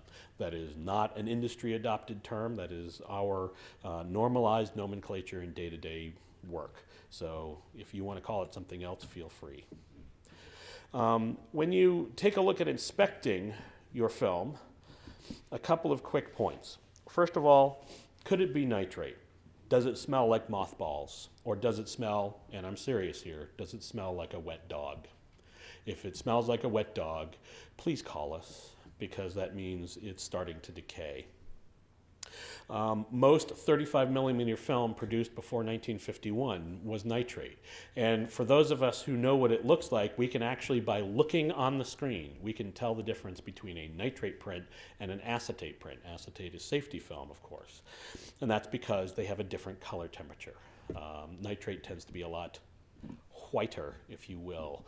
It doesn't impress a color into the white light coming out of the bulb in the projector, whereas acetate and polyester both have slightly different color temperatures.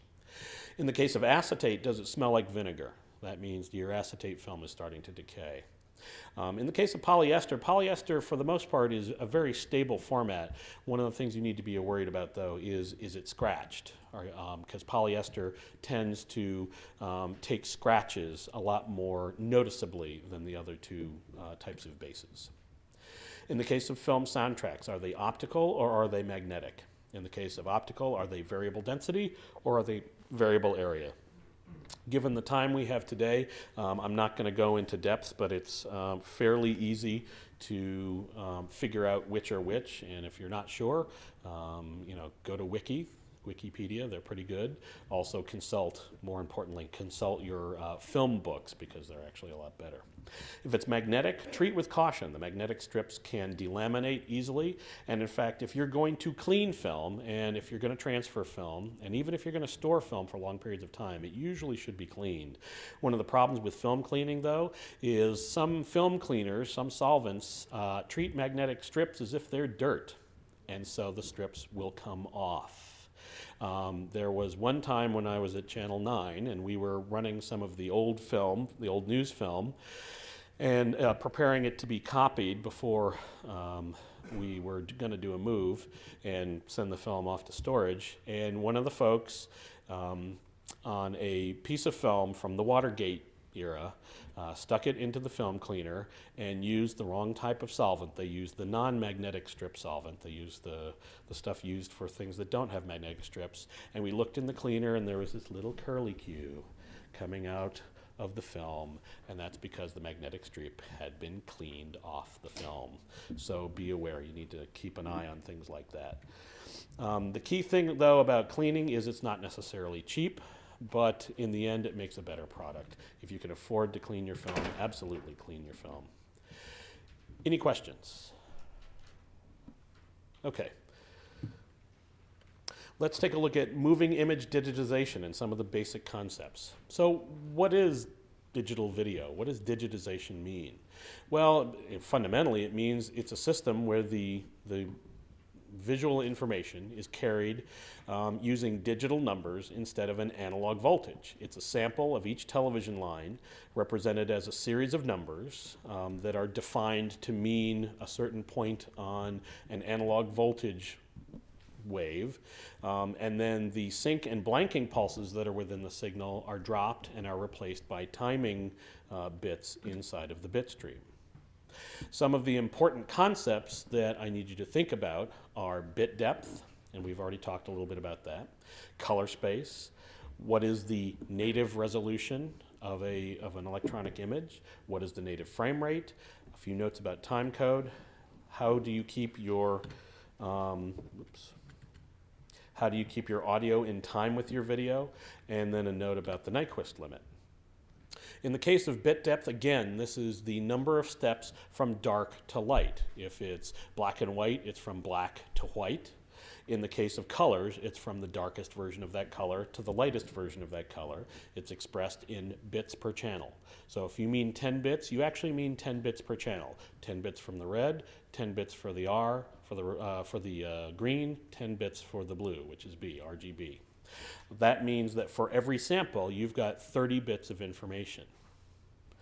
In audio, it determines, the bit depth determines the signal to noise ratio of your audio. Now, keep in mind also, what is your color space? Is it RGB? Is it YPBPR? This can affect any processing or post-production of the product as well.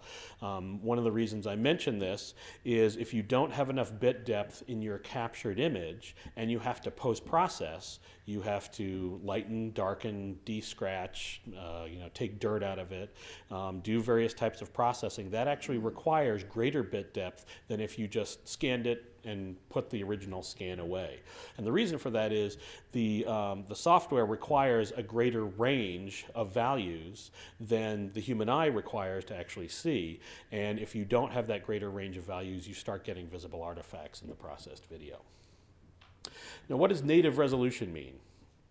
What is the actual resolution of your material? Any conversions from native resolution will be visible in your end product, and some more than others. So again, I go back to some folks consider doing a PAL to NTSC conversion. There will always be a noticeable difference between an original PAL tape, which is 625 lines, and an NTSC version of it, which is 525 lines. Or even if we're talking digital, because NTSC and PAL have no meaning in the digital domain. Is it a 625 line video but 25 frames per second? Or is it a 525 line video at 30 frames per second, 29.9 frames per second, 97 frames per second? And the problem is when you convert from one to the other, it is always visible. Now, really good converters like Snell and Wilcox phase correlators, which cost $500,000, they can do both frame conversion and resolution conversion, and they do a really good job. But for those of us who know what we're looking at, we can always see it. It's things like if you watch Masterpiece Theater and they do a credit roll, not static credits, but an actual credit roll, you'll notice on the odd occasion they tend to do this. They judder on the way up. That's an indicator of a frame rate conversion. If you take a look at that same credit and it's rolling and it's juddering, but also it appears to have a second line, kind of an echo underneath of it as it goes up, that's the indication of a resolution conversion, because the lines don't match up correctly as things move. So the question then becomes, one of the decision-making factors becomes, do we stay in native resolution, 525 or 65, 720 or 1080, or do we convert it to something else? Again, it may be a cost issue, but keep in mind, if you do a conversion, it's never exactly the same as the original. It will always look different. One of the important things to keep in mind also is time code. Most videotapes most videotapes after the mid-1970s, when time code was standardized, come with time code on them.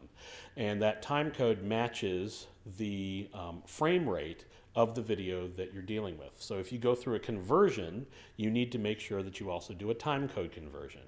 The reason you need to do time code, or the reason that it needs to be saved, is because that's a very clear definition. If you ever go back into a production environment, or if you ever go into anything that needs any kind of production that needs a time code, that is a unique number for every single frame in that piece of video. And that's why SMPTE time code was created. So if you do a conversion, you need to make sure that you convert. There's also a concept called drop frame, because in NTSC, what we call NTSC friendly rates, like 5997 and 2994, which if you do mathematics is not a very friendly rate at all. But one of the problems is if you use time code that runs at 30 frames per second, but you have a 29.97 frame per second piece of video, for every hour of video, you will be 2 minutes and roughly 30 seconds off on your time code. Your video may indeed be 58 minutes and 30 seconds, but your time code will say that you're 1 hour long. And that's because there's an extra frame every, couple of minutes. And so they do what's called drop frame time code. Every so often, they drop one of the numbers. And that doesn't mean they've dropped one of the frames. They've just dropped one of the numbers. So the time code stays in sync with the video itself. That's one of the challenges when you are converting drop frame time code into a digital file, is also keeping those in time and making sure that your values are correct. One of the other challenges that we've discovered is that the current timecode definitions, which are known as SMPTE 12M, that's the actual standard number, don't fit with 720p 5994 or 720p 60, or anything that's 5994 or 60 frames per second. And that's because back in 1972, when SMPTE 12M was set, no one in their right mind thought we would be creating video at 60 frames per second. And so the maximum number of values that you can have in SMPTE 12M timecode is about 40 frames per second. And so one of the things they've done for time code on 720p 60 is they double the numbers. So for every 2 frames, you have the same number. Now, one of the things the standards organizations are working on is solving that problem, but that has not been solved yet. So be aware, if you ever deal with 60 frame per second or 5994 frame per second video and your time code is looking wonky, that's probably why. One other important concept as well is keeping your audio in time with your video.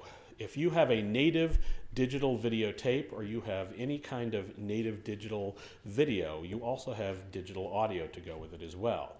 If you convert from one line standard to another, you must also retime that digital audio.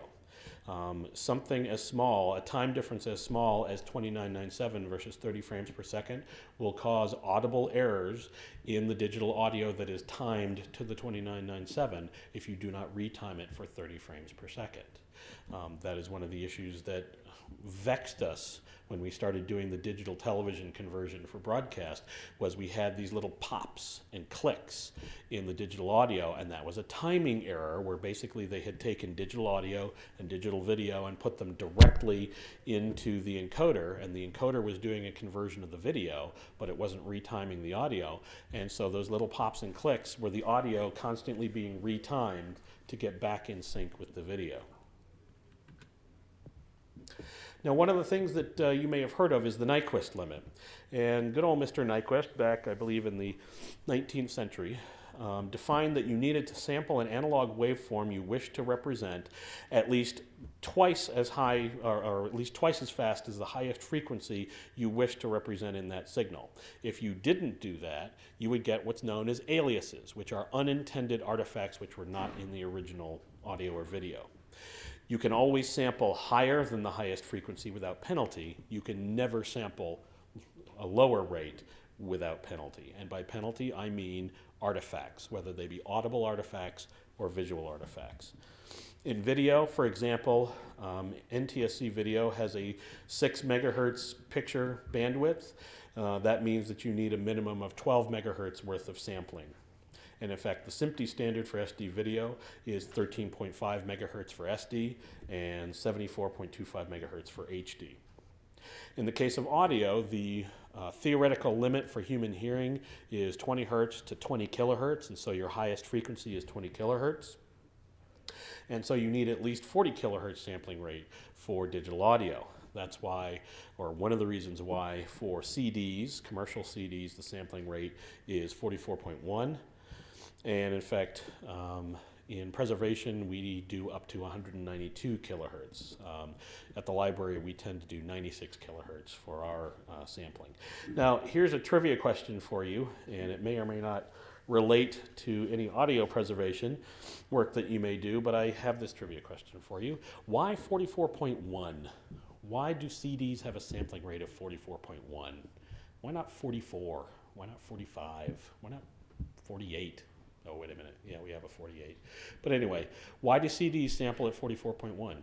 Anybody want to take a stab at that? Wow, nobody. Usually someone takes on my challenge.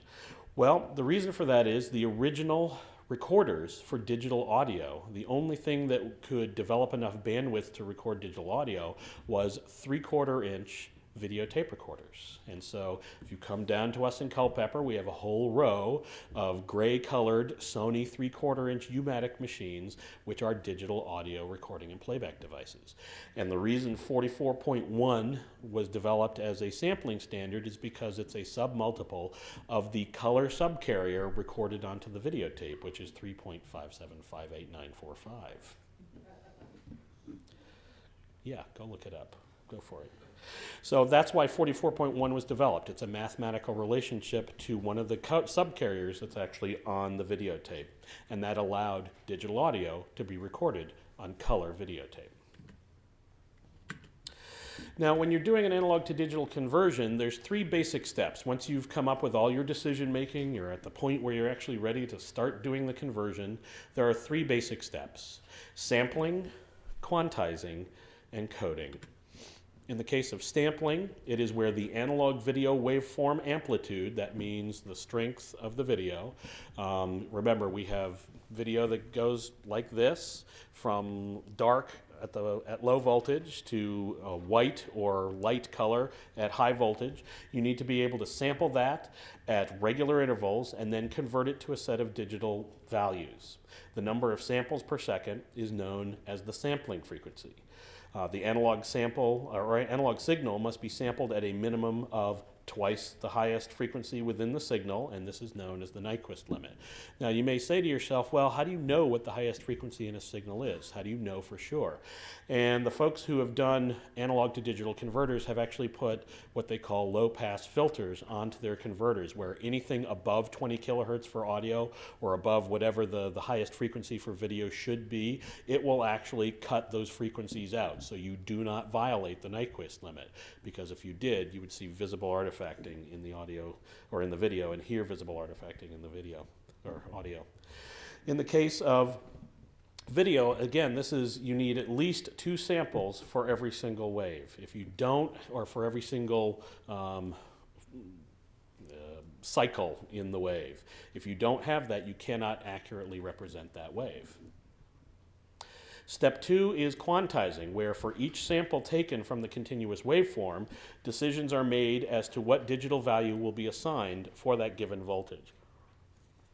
If the voltage value falls between the 2 numbers available to represent the 2 closest values, a decision must be made as to whether the higher or lower value will represent that particular value.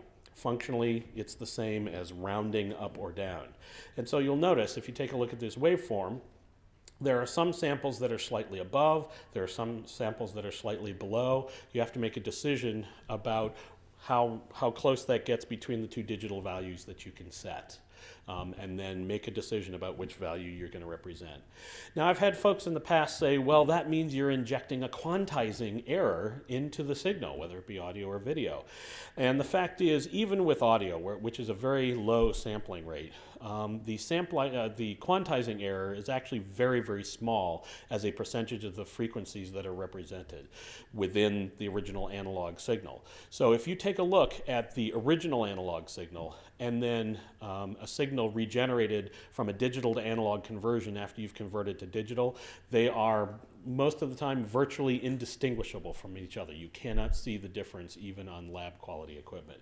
So the difference for the most part is very, very slight between analog and digitized audio.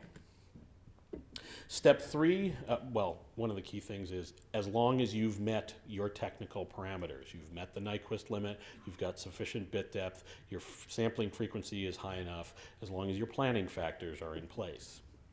Step 3 is coding, where we actually assign standardized numerical, digital numerical values to the sampled waveform. For 8-bit video, black or darkest in SDI is assigned the digital number 16. You'll notice that's not 1 or 0, it's 16. And the reason for that is the values from 0 to 15 are housekeeping or synchronization bits. And so you have to include a little bit to keep synchronization, keep the signal synchronized. And the highest value, or the lightest value in the case of color, in 8-bit video is 235. All other shades of black and white or light to dark must fit between 16 and 235.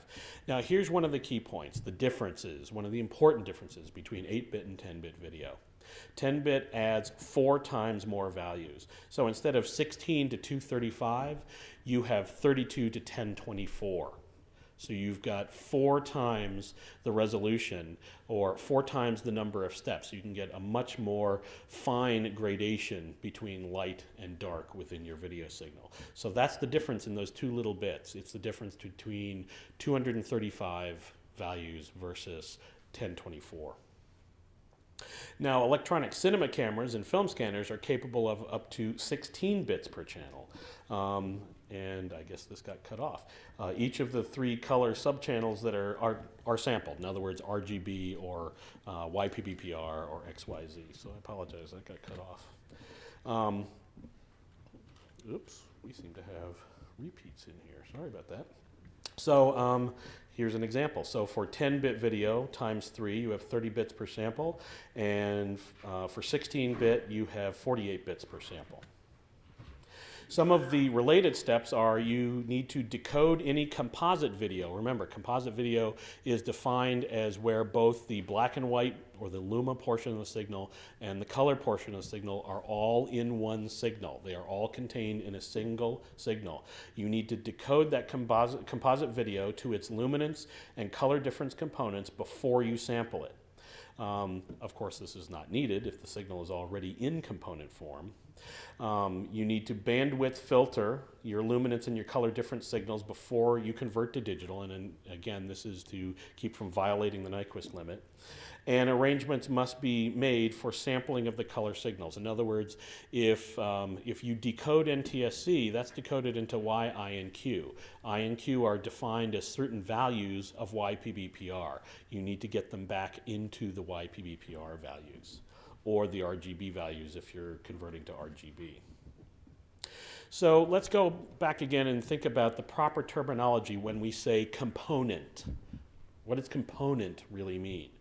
The only true component at this point is RGB. Now there's a flavor of RGB, or there's a variant that is used for digital cinema called XYZ. That's also a valid component signal. However, most of the work that you're ever going to do is going to be centered around values of RGB, so I'm going to concentrate on those. The component color difference signals are what I mentioned before, YPBPR, which also means Y, R minus Y, B minus Y.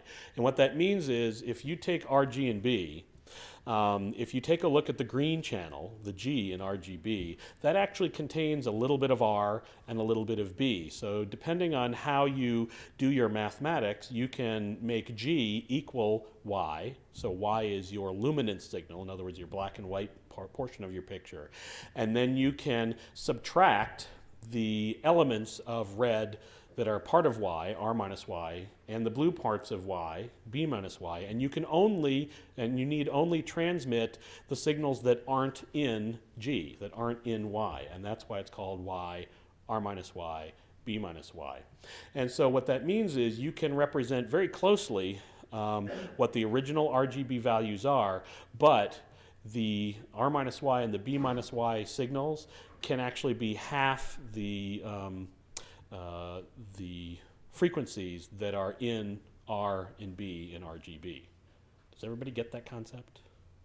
So the reason also for doing this is later on, when they came up with the sampling standards, they also digitized the two color difference signals at only half the data rate of the Y signal, because the human eye is not as sensitive to color. So it was also a form of bit rate reduction.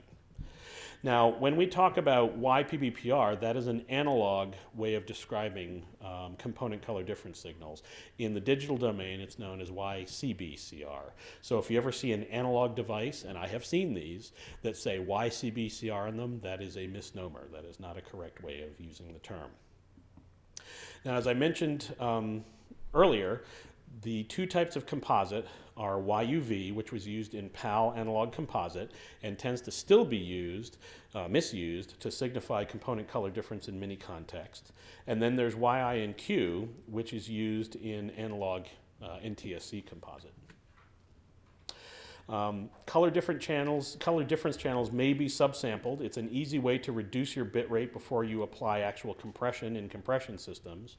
One of the key points that I need to make is if you're considering using MPEG as your compression standard, MPEG is a YPBPR-based compression standard, not an RGB-based compression standard. So it subsamples the color component of the signal, and I'll show you that in a second.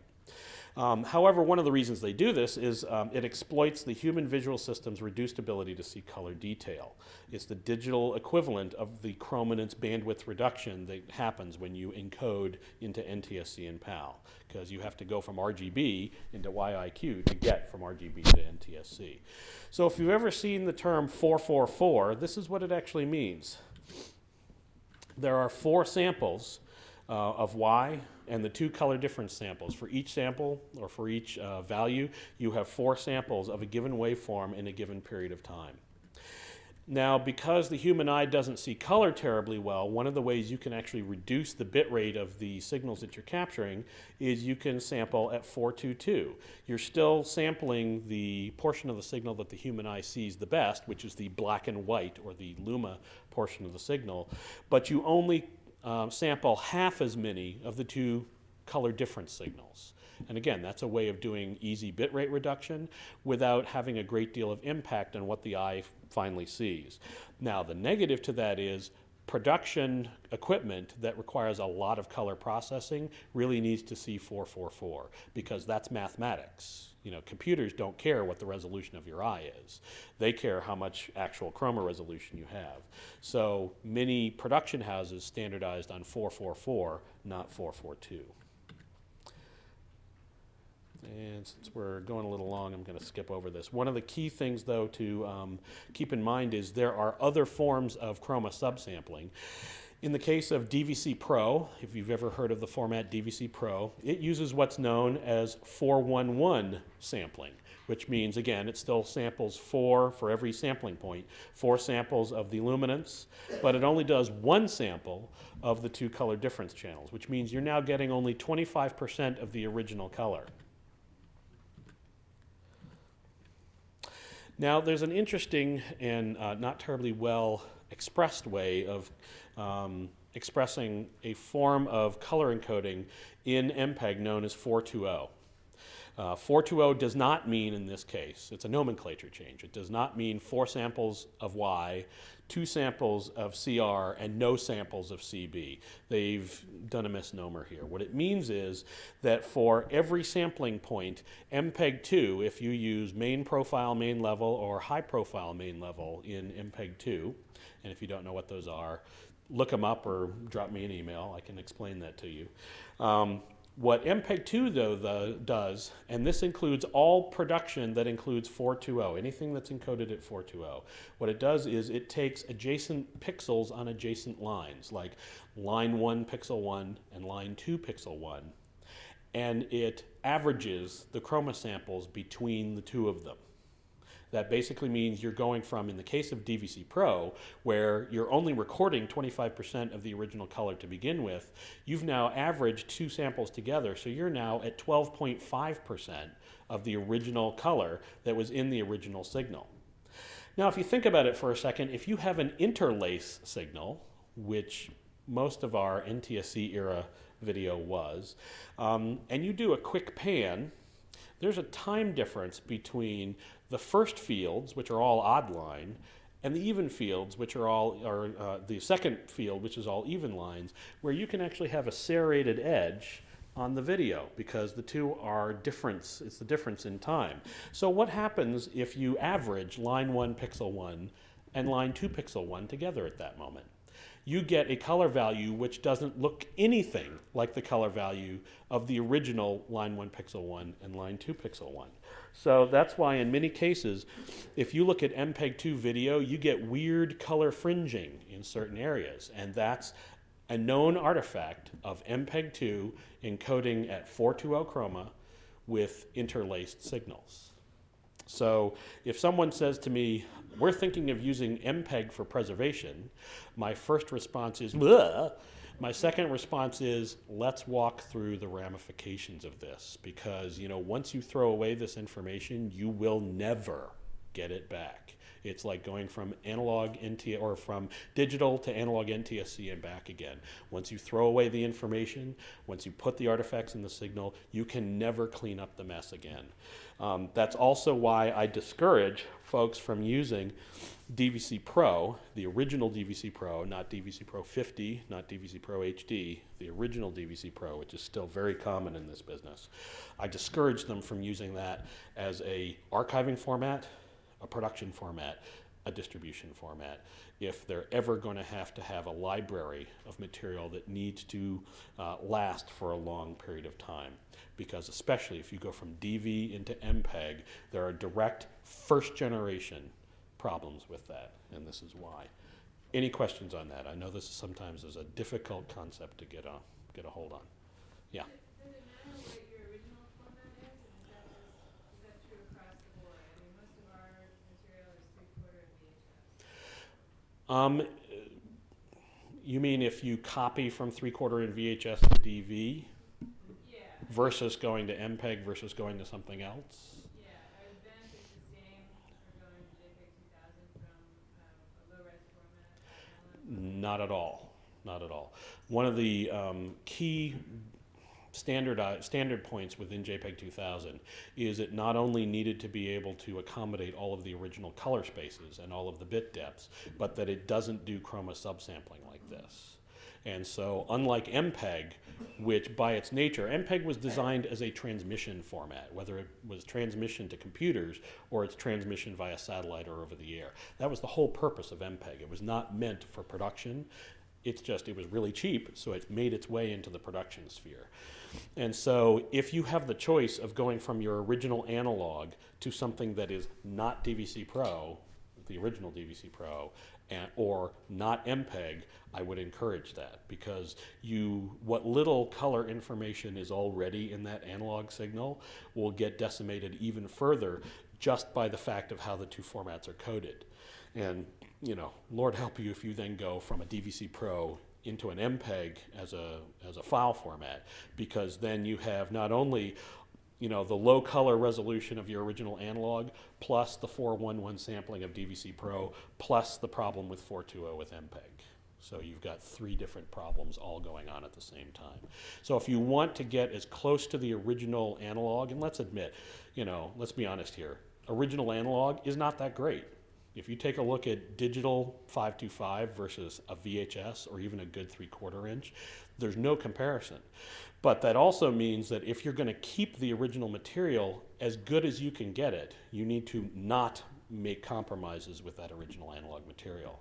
I remember one of the first moments I realized what the real difference between digital and analog was I was the engineer for the Fox News Washington Bureau over here on Capitol Hill in 1996. And when we first turned on master control for the very first time, it was a completely digital facility. We had our outbound digital monitor, and then we had our analog satellite return, which was NTSC. And the difference, exactly the same monitors, Sony broadcast monitors, and there was a visible difference between the outgoing digital and the return on analog, and the only difference was the NTSC encoding. You could see dot crawl, you could see the difference in colors, you could see a whole bunch of different things, the difference in resolution. Like, I bet you didn't know this, but NTSC and PAL cannot do purple. They cannot do genuine purple. It's always either bluish purple or reddish purple. You can't get to lavender. You can't actually get to lavender. And so that's another reason why you don't want to take a digital signal and encode it analog and then go back to digital again, because you greatly lower the amount of color space you can operate in. Any other questions? Okay. Let's see what our time is.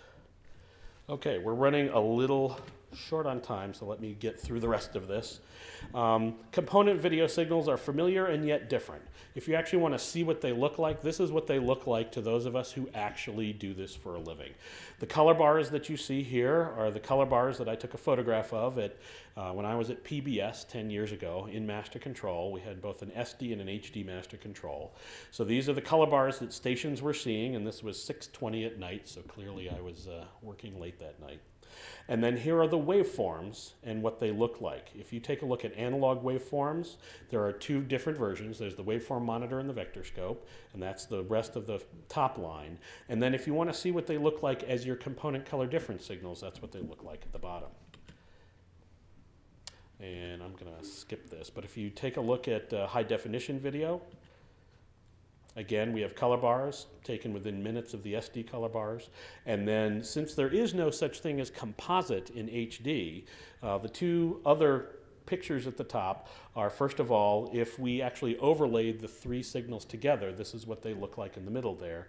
And then side by side in what is known as a parade. So if you ever see a button on your scope that says parade, that's what that means. And then if you actually take a look at the individual color channels, you've got Y, CR, and CB across the bottom. Now, in our case, we were given the mission to digitize everything. And for us, that means consume mass quantities. Yes, if you actually come and visit us in Culpeper, you will notice that there are Coneheads posters in certain rooms, and those are the consume mass quantities rooms. So luckily we have a sense of humor about what we do. And so since our archive is supposedly going to be maintained for the life of the Republic plus 4,000 years, we tend to have a different perspective on the word longevity. For our purposes, our archive, the files should be able to stand alone without references to external databases, which means we have to wrap lots of metadata in our files. We digitize the items in their original quality, In other words, we choose a high enough sampling rate for both the audio and the video. We also keep it in the original resolution. If it's 525, if it's NTSC, we convert it to 525 digital. If it's PAL or CCAM, we convert it to 625 digital. And obviously, if it's 720 video, we leave it at 720. If it's 1080 video, we leave it at 1080 video. And then for film scanning, we're studying a couple of different things. We're not quite there on preservation film scanning yet. We're starting to do our first tests for 4K for 16 millimeter. We're actually going to do some of that compare and contrast between 2K by 1556 and 4K square. And then we think 8K for 35 millimeter may be good enough for preservation. Again, that's something we're going to be testing as affordable film scanners come into become available. We use as much off-the-shelf products as feasible. The only things we invent or the only code that we write are things that we cannot get from commercially available items. If on the odd occasion we need to take something that almost fits what we need and ask the vendor to adapt it a little bit to what we do, that's actually a lot less expensive than reinventing the wheel. So we tend to not try and reinvent the wheel. The positive of that also is if we can solve some of the problems with using off-the-shelf technology, that means that folks like you can solve those problems with off-the-shelf technology as well. So we use industry standards as much as possible, and we create realistic long-term goals and budgets based on, you know, what we can actually manage. For audio, for moving image content, for video, we tend to do 48 kilohertz 24-bit. For film, we're looking at 96 kilohertz 24-bit, because keep in mind we're using original production quality masters, whether it be the cut negatives or it be a release print. We're using high quality masters. And then we're also planning for the multi-channel mixes that we get from copyright. In other words, we may get a 6-channel distribution master in English, in French, in Vietnamese, in 3 versions of Chinese, in half a dozen different languages.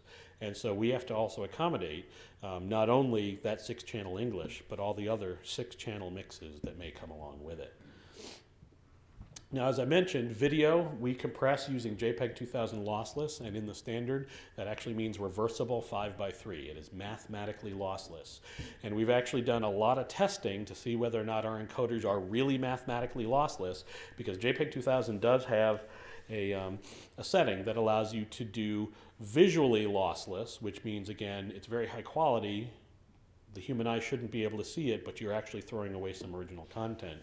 And so we're working on test signals that we have a fairly high confidence with at this point that will show us any kind of impacts of compression on the screen. And so far we've been very pleased with our JPEG 2000 lossless encoders.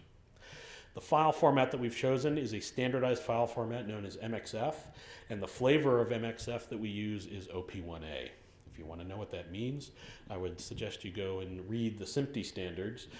Basically, MXF was created to be a file-based workflow for a whole range of different production workflows, including editing and archiving and a number of other functions.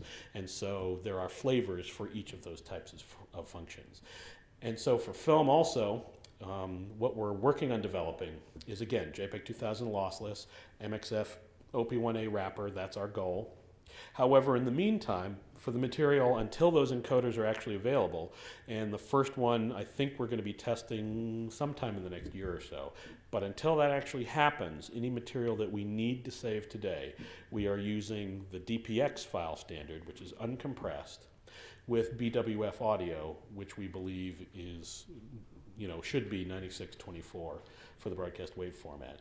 And for us, that is a short-term, we believe, is going to be a short-term expediency. In other words, until we can get to JPEG 2000.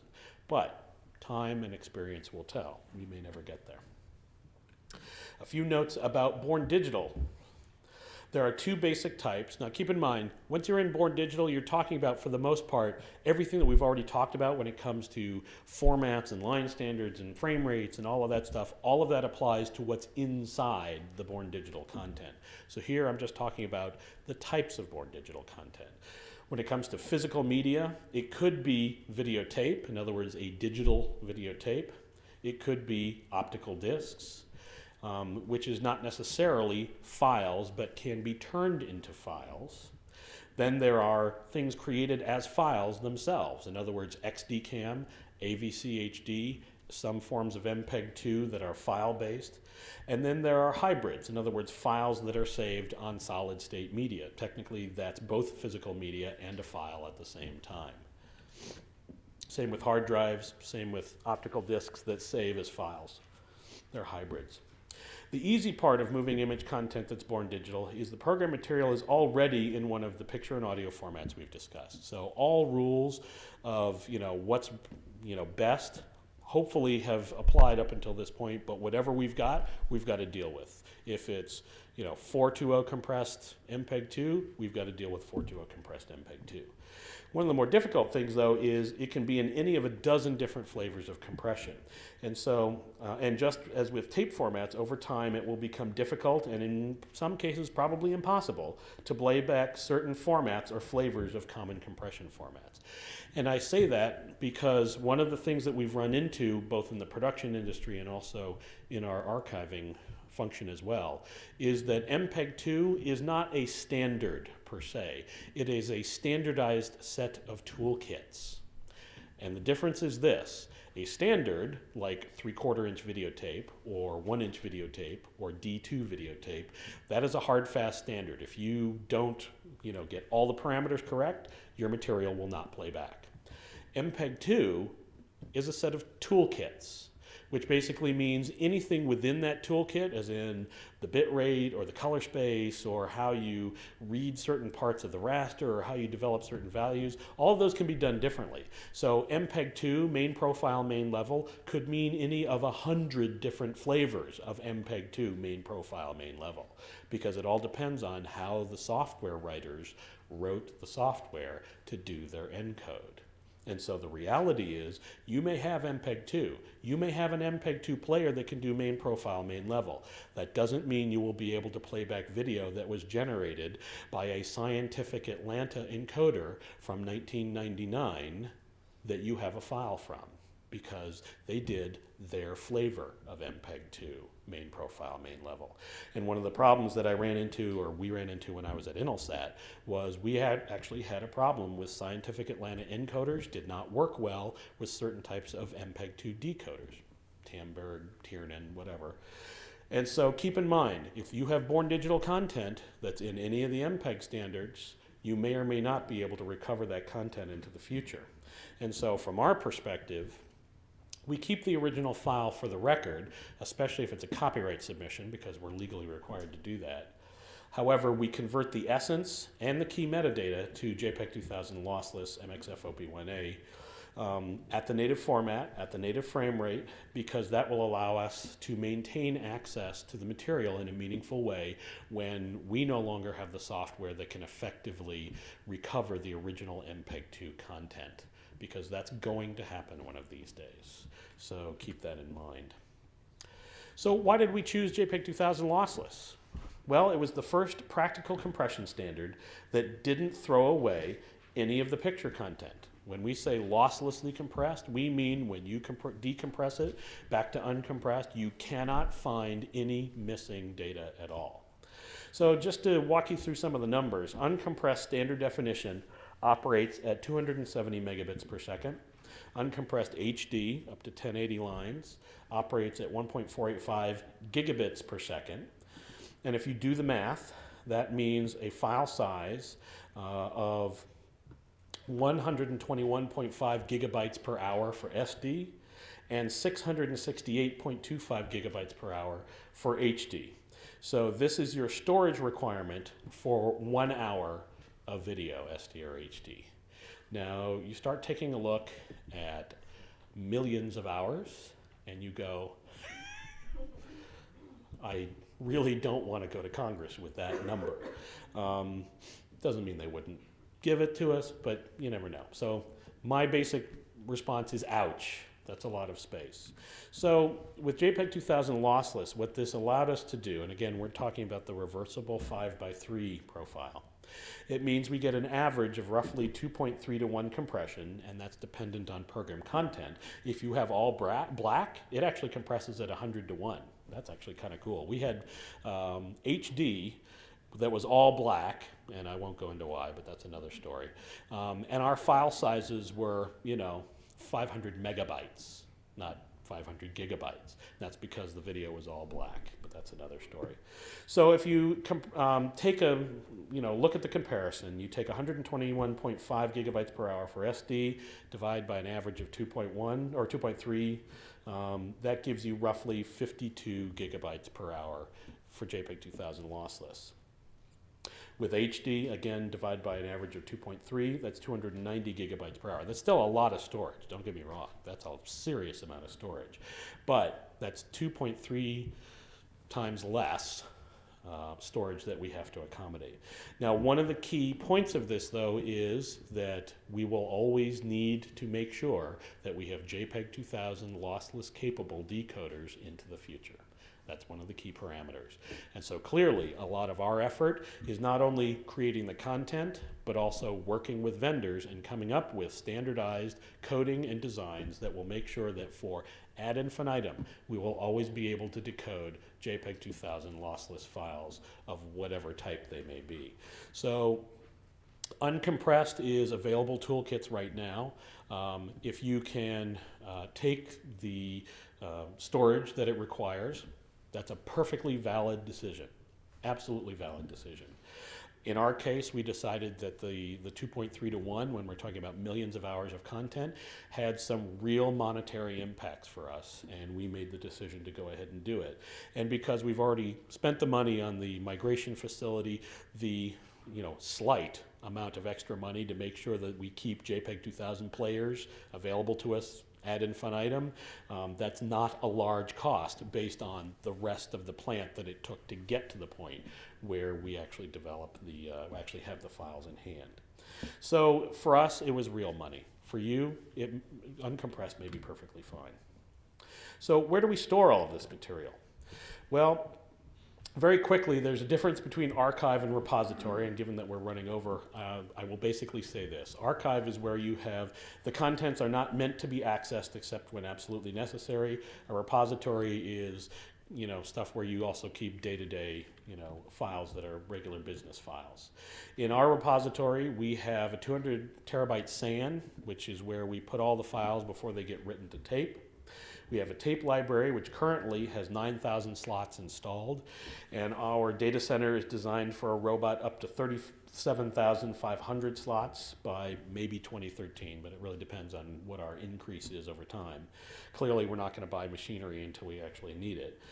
Currently, the format that we're using is what's known as T10000, and it's the T10000B variant. There was an A, now there's a B, there's about to be a C. The T10000B tapes store 1 terabyte per tape, which means we have an installed capacity of 9 petabytes. And the Sun Storage Tech folks have said that we have an upgrade path to 48 terabytes per tape by the year 2019. So hopefully the 37,500 slots that we have in our localized tape library will be fine. We use the SAMFS file system, and as of Friday, we had 1.016 petabytes in the can, and so we passed the petabyte level as of last Tuesday. We're very happy about that. For being in production for under a year, or under 2 years, and having the first year of production being almost all audio, having a petabyte in the can, makes us very, very happy. And we're increasing at approximately 30 to 40 terabytes a week now. And we're not sure when we're going to hit the first exabyte. It depends on a whole bunch of different factors, but we think somewhere between 2013 and 2017. However, what that does mean is that we're in a race with the technology upgrades. When the T10000C tapes come out officially, we're already testing the format now, those will be 2 terabyte tapes instead of 1 terabyte tape. And so at that point, we have to make the decision. Do we migrate everything we've already done, or do we just exhaust our 1 terabyte tapes and start writing to 2 terabyte tapes? And I think from a budget perspective, it makes a lot more sense to write to the 2 terabyte tapes after we've exhausted the 1 terabyte.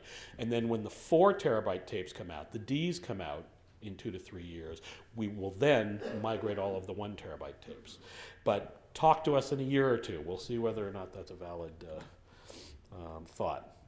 So you'll notice I've used a couple of different odd little terms here, and these actually stand for MIBI, GIBI, TIBI, and so on.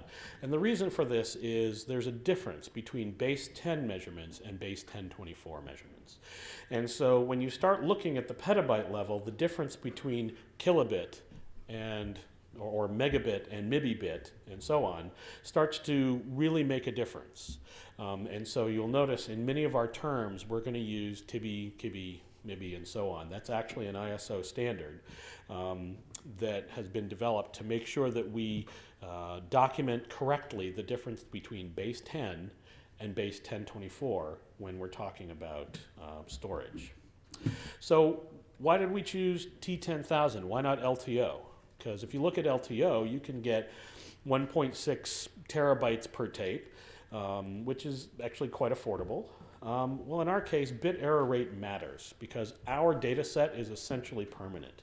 The archive contents must stand on our own, and again, no external databases must be, access to be able to tell what's in the file. Our files must be format agnostic and so on.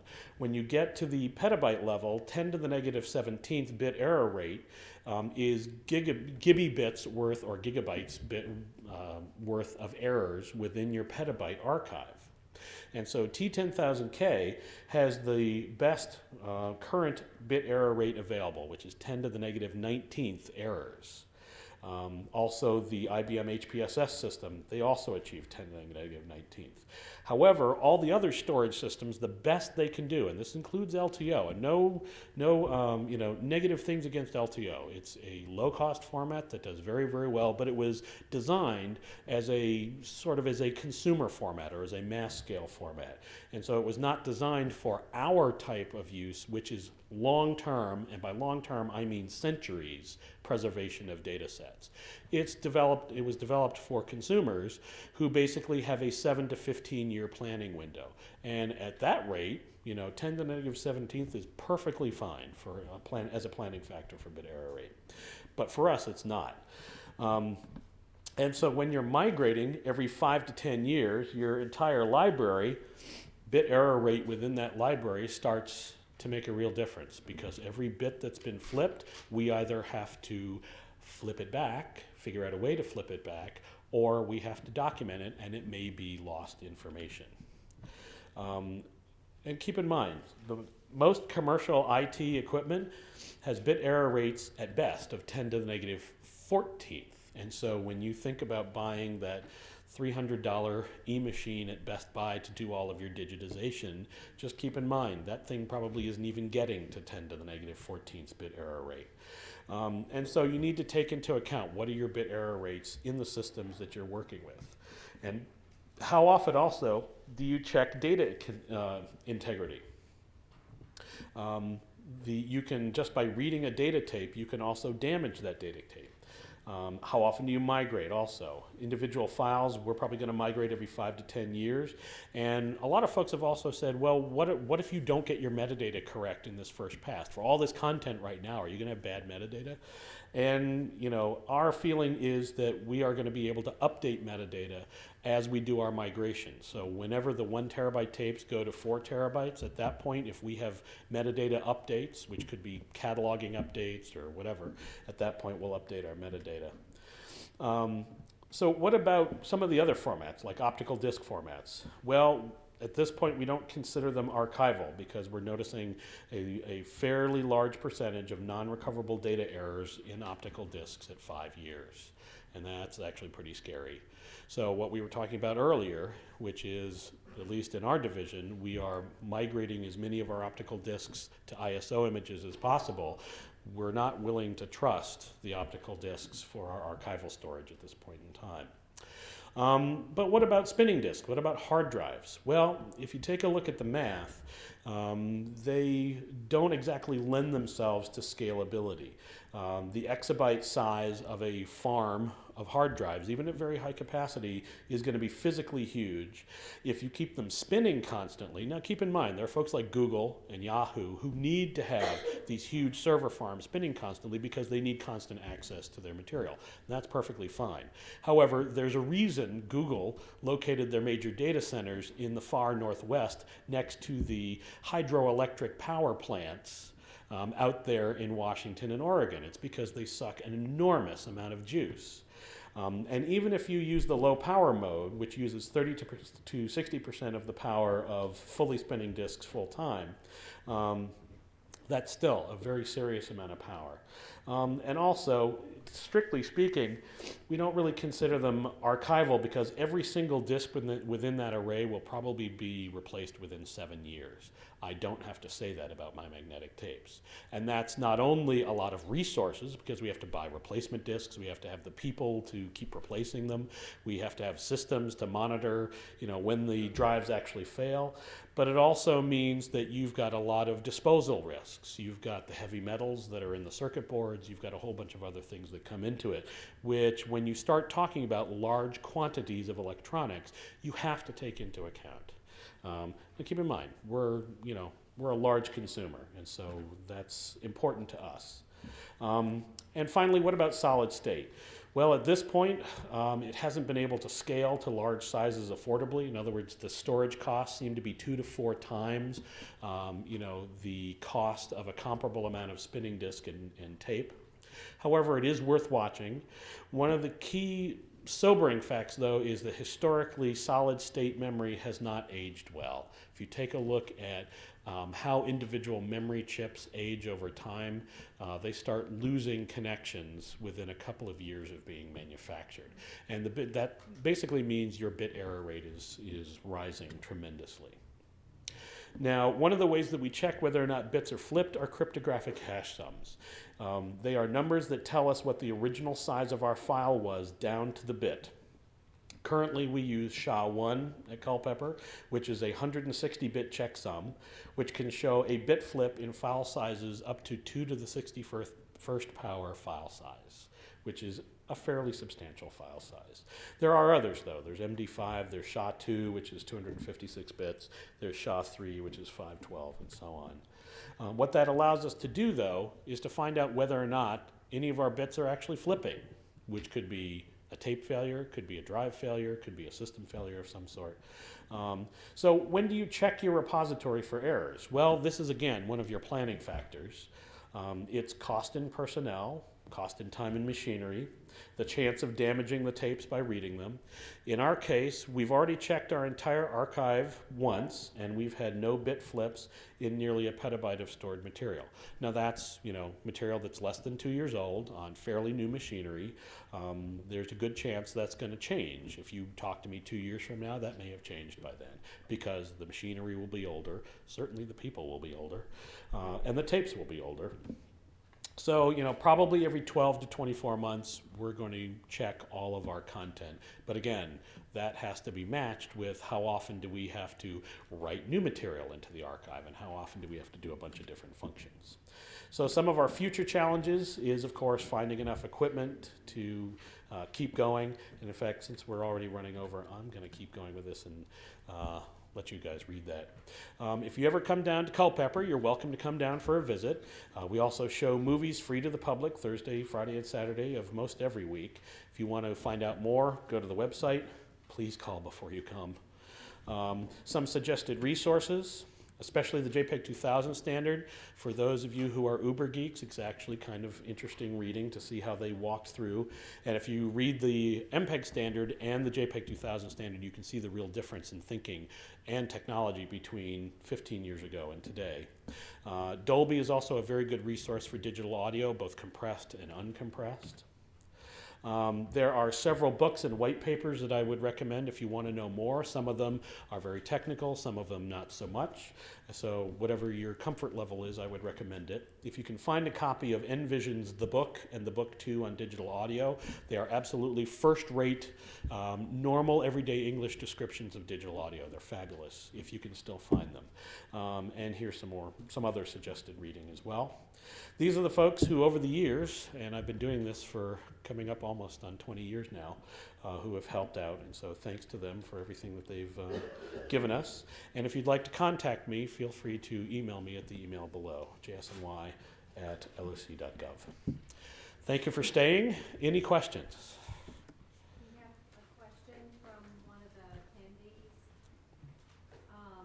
through the webinar. So when all is said and done, is it better to hold on to sticky shed tapes in the hope that a better treatment will be discovered rather than try the baking solution, which may be a one-off? You want me to repeat that question? So Incorporate it in your answer. okay. The question basically was, is it better to wait for possibly better treatments for sticky shed, or do you go ahead and migrate them now by baking? That's one of those trial of Job questions. If your tape is in bad enough shape, migration is more your friend than waiting, given that we don't have anything other than baking that we're sure of right now. If you feel you can wait 2 to 5 years before you migrate in the hope that we may figure out something better, I think that would be a valid decision. If, however, you think that the tape may get significantly worse or unreadable in the next several years, I would say go ahead and bake and migrate that tape. It really is one of those on-the-ground questions where you got to decide for yourself. Is your tape bad enough that you got to get the material off? And there are plenty of tapes out there that are bad enough. Or do you hope for the best in the future? I'm fairly hopeful, but given that I have no hard data on anything other than baking at this point, I cannot make any promises that there's going to be something better. Anything else? Anybody else here? Yeah. What about 3D? What about 3D? What would you like to know? Because that's giving me heartburn right now. There are 6 different flavors. What would you like to know? Because I didn't hear it mentioned, I'm curious. Oh, I was really hoping someone wouldn't ask me about 3D. Withdraw my question. No, I will actually go there a little bit. Is there anything specific that you want to know about it, like archiving, how to archive? I'm just a general. Okay. The fact is 3D has gotten to the point where there are affordable production model cameras out there in the $20,000 range, and there are going to be consumer model cameras in the $5,000 range probably by next year. So clearly we are going to have to deal with 3D before we want to deal with 3D. That said, there are at least 6 different flavors of how to do it. There are several D-Cinema specified ways of doing it in the theater. You've seen Disney 3D, you've seen Real 3D. If you look at the brand names in your movie listings, you can see the different ways that they actually present it on the screen. There are half a dozen ways that the content is actually created and transported through file or on tape or whatever. And so how we're going to preserve those in a final archival format, I don't have a good answer. I can make a best guess at this point, but given that the standard has not been set, it's a guess at this point. The SMPTE, which is the standards organization for both moving image and video in general, is working on a standard that allows you to do left eye on top, right eye on the bottom, where you have, instead of 1920 by 1080 or 2048 by 1080, you have a 2048 by 2160 frame. So it's carried as one large top-bottom frame, left on right, top on the bottom. That allows you to archive full quality, and clearly there would need to be a 4K version of that. And if we actually do some of our old 3D films in our collection that aren't anaglyph, where we actually have the separations, we're probably going to have to, do a high resolution film scan. So you can see why my heartburn is starting to, rise. And then, because it is twice the frame rate, double your file sizes. Yeah. Tape versus spinning disk, you said that the disk you replace every 7 years, but what's the equivalent life for the tape? Well, with data tape, the vendors, and caveat emptor, the vendors are saying for high-grade data tape, they believe that they will not have appreciable bit errors out to 30 years. Now, with magnetic tape, given the age of some of our analog tapes, I think if it's manufactured correctly and we don't have problems with sticky shed, which is a problem of how it's manufactured, I think that's possible. However, I would not count on your data tapes having not significant bit error rates more than about 10 years, and that's a rule of thumb, not a hard, fast fact. But given that that's 10 years as opposed to 7 years, and given that that's 10 years of not paying for electric power and people to replace and yada, yada, yada, there are also some other economic reasons to think that there's a good reason to trust data tape. So the key decision-making factor is, first of all, can you afford the upfront cost of data tape? Because, it's $150 a tape, plus the drives, plus the systems behind it. And many people or many institutions can't afford something like that. But there may be third-party vendors who could give that to them. And so at this point, what we're going to do is we're going to study when we do this first migration from B to C, or we do this first move from B to C, and then we go from C to D when we start copying the 1 terabyte tapes to 4 terabytes. We're going to keep some or all of our 1 terabyte tapes for a period of time probably, and study how they age and see whether or not that tape format does indeed age well. Because in the end, the only real way to get good data on tape aging is to study aged tape. So my quick answer is I still have a lot more faith in the longevity of data tape versus spinning disk. However, if someone can come up with the substance that will not delaminate and will last 100 years and allow me a terabyte in a 4x4 inch square, please come talk to me. You're my new best friend. Any other questions? Yeah. Where can fundamentals of digital video be purchased? Can't find it on Amazon. Ooh, please tell me it's not out of print. I think Simpy sells it. They should, or at least a version of it, yeah. Try simpty.org, and there's a store at simpty.org. If not, there may be a new edition coming out. There are several other good books out there, and in fact, I can probably put together a short list and forward it to the group if folks are interested. That's fine, I can do that. Yeah. What tools, software are you using to convert born digital to motion JPEG 2000? Well, first of all, there's no such thing as Motion JPEG 2000. It's JPEG 2000, but that's another story. Right now, we're not using anything because the first system is waiting for the end of continuing resolution to be installed. However, we have had a proven and good experience so far with the tests that we've done with Radiant Grid, and we believe that they have a good JPEG 2000 lossless conversion module, and that is the first system that we are going to install and test full-time and actually put into production. And I think this is the last one.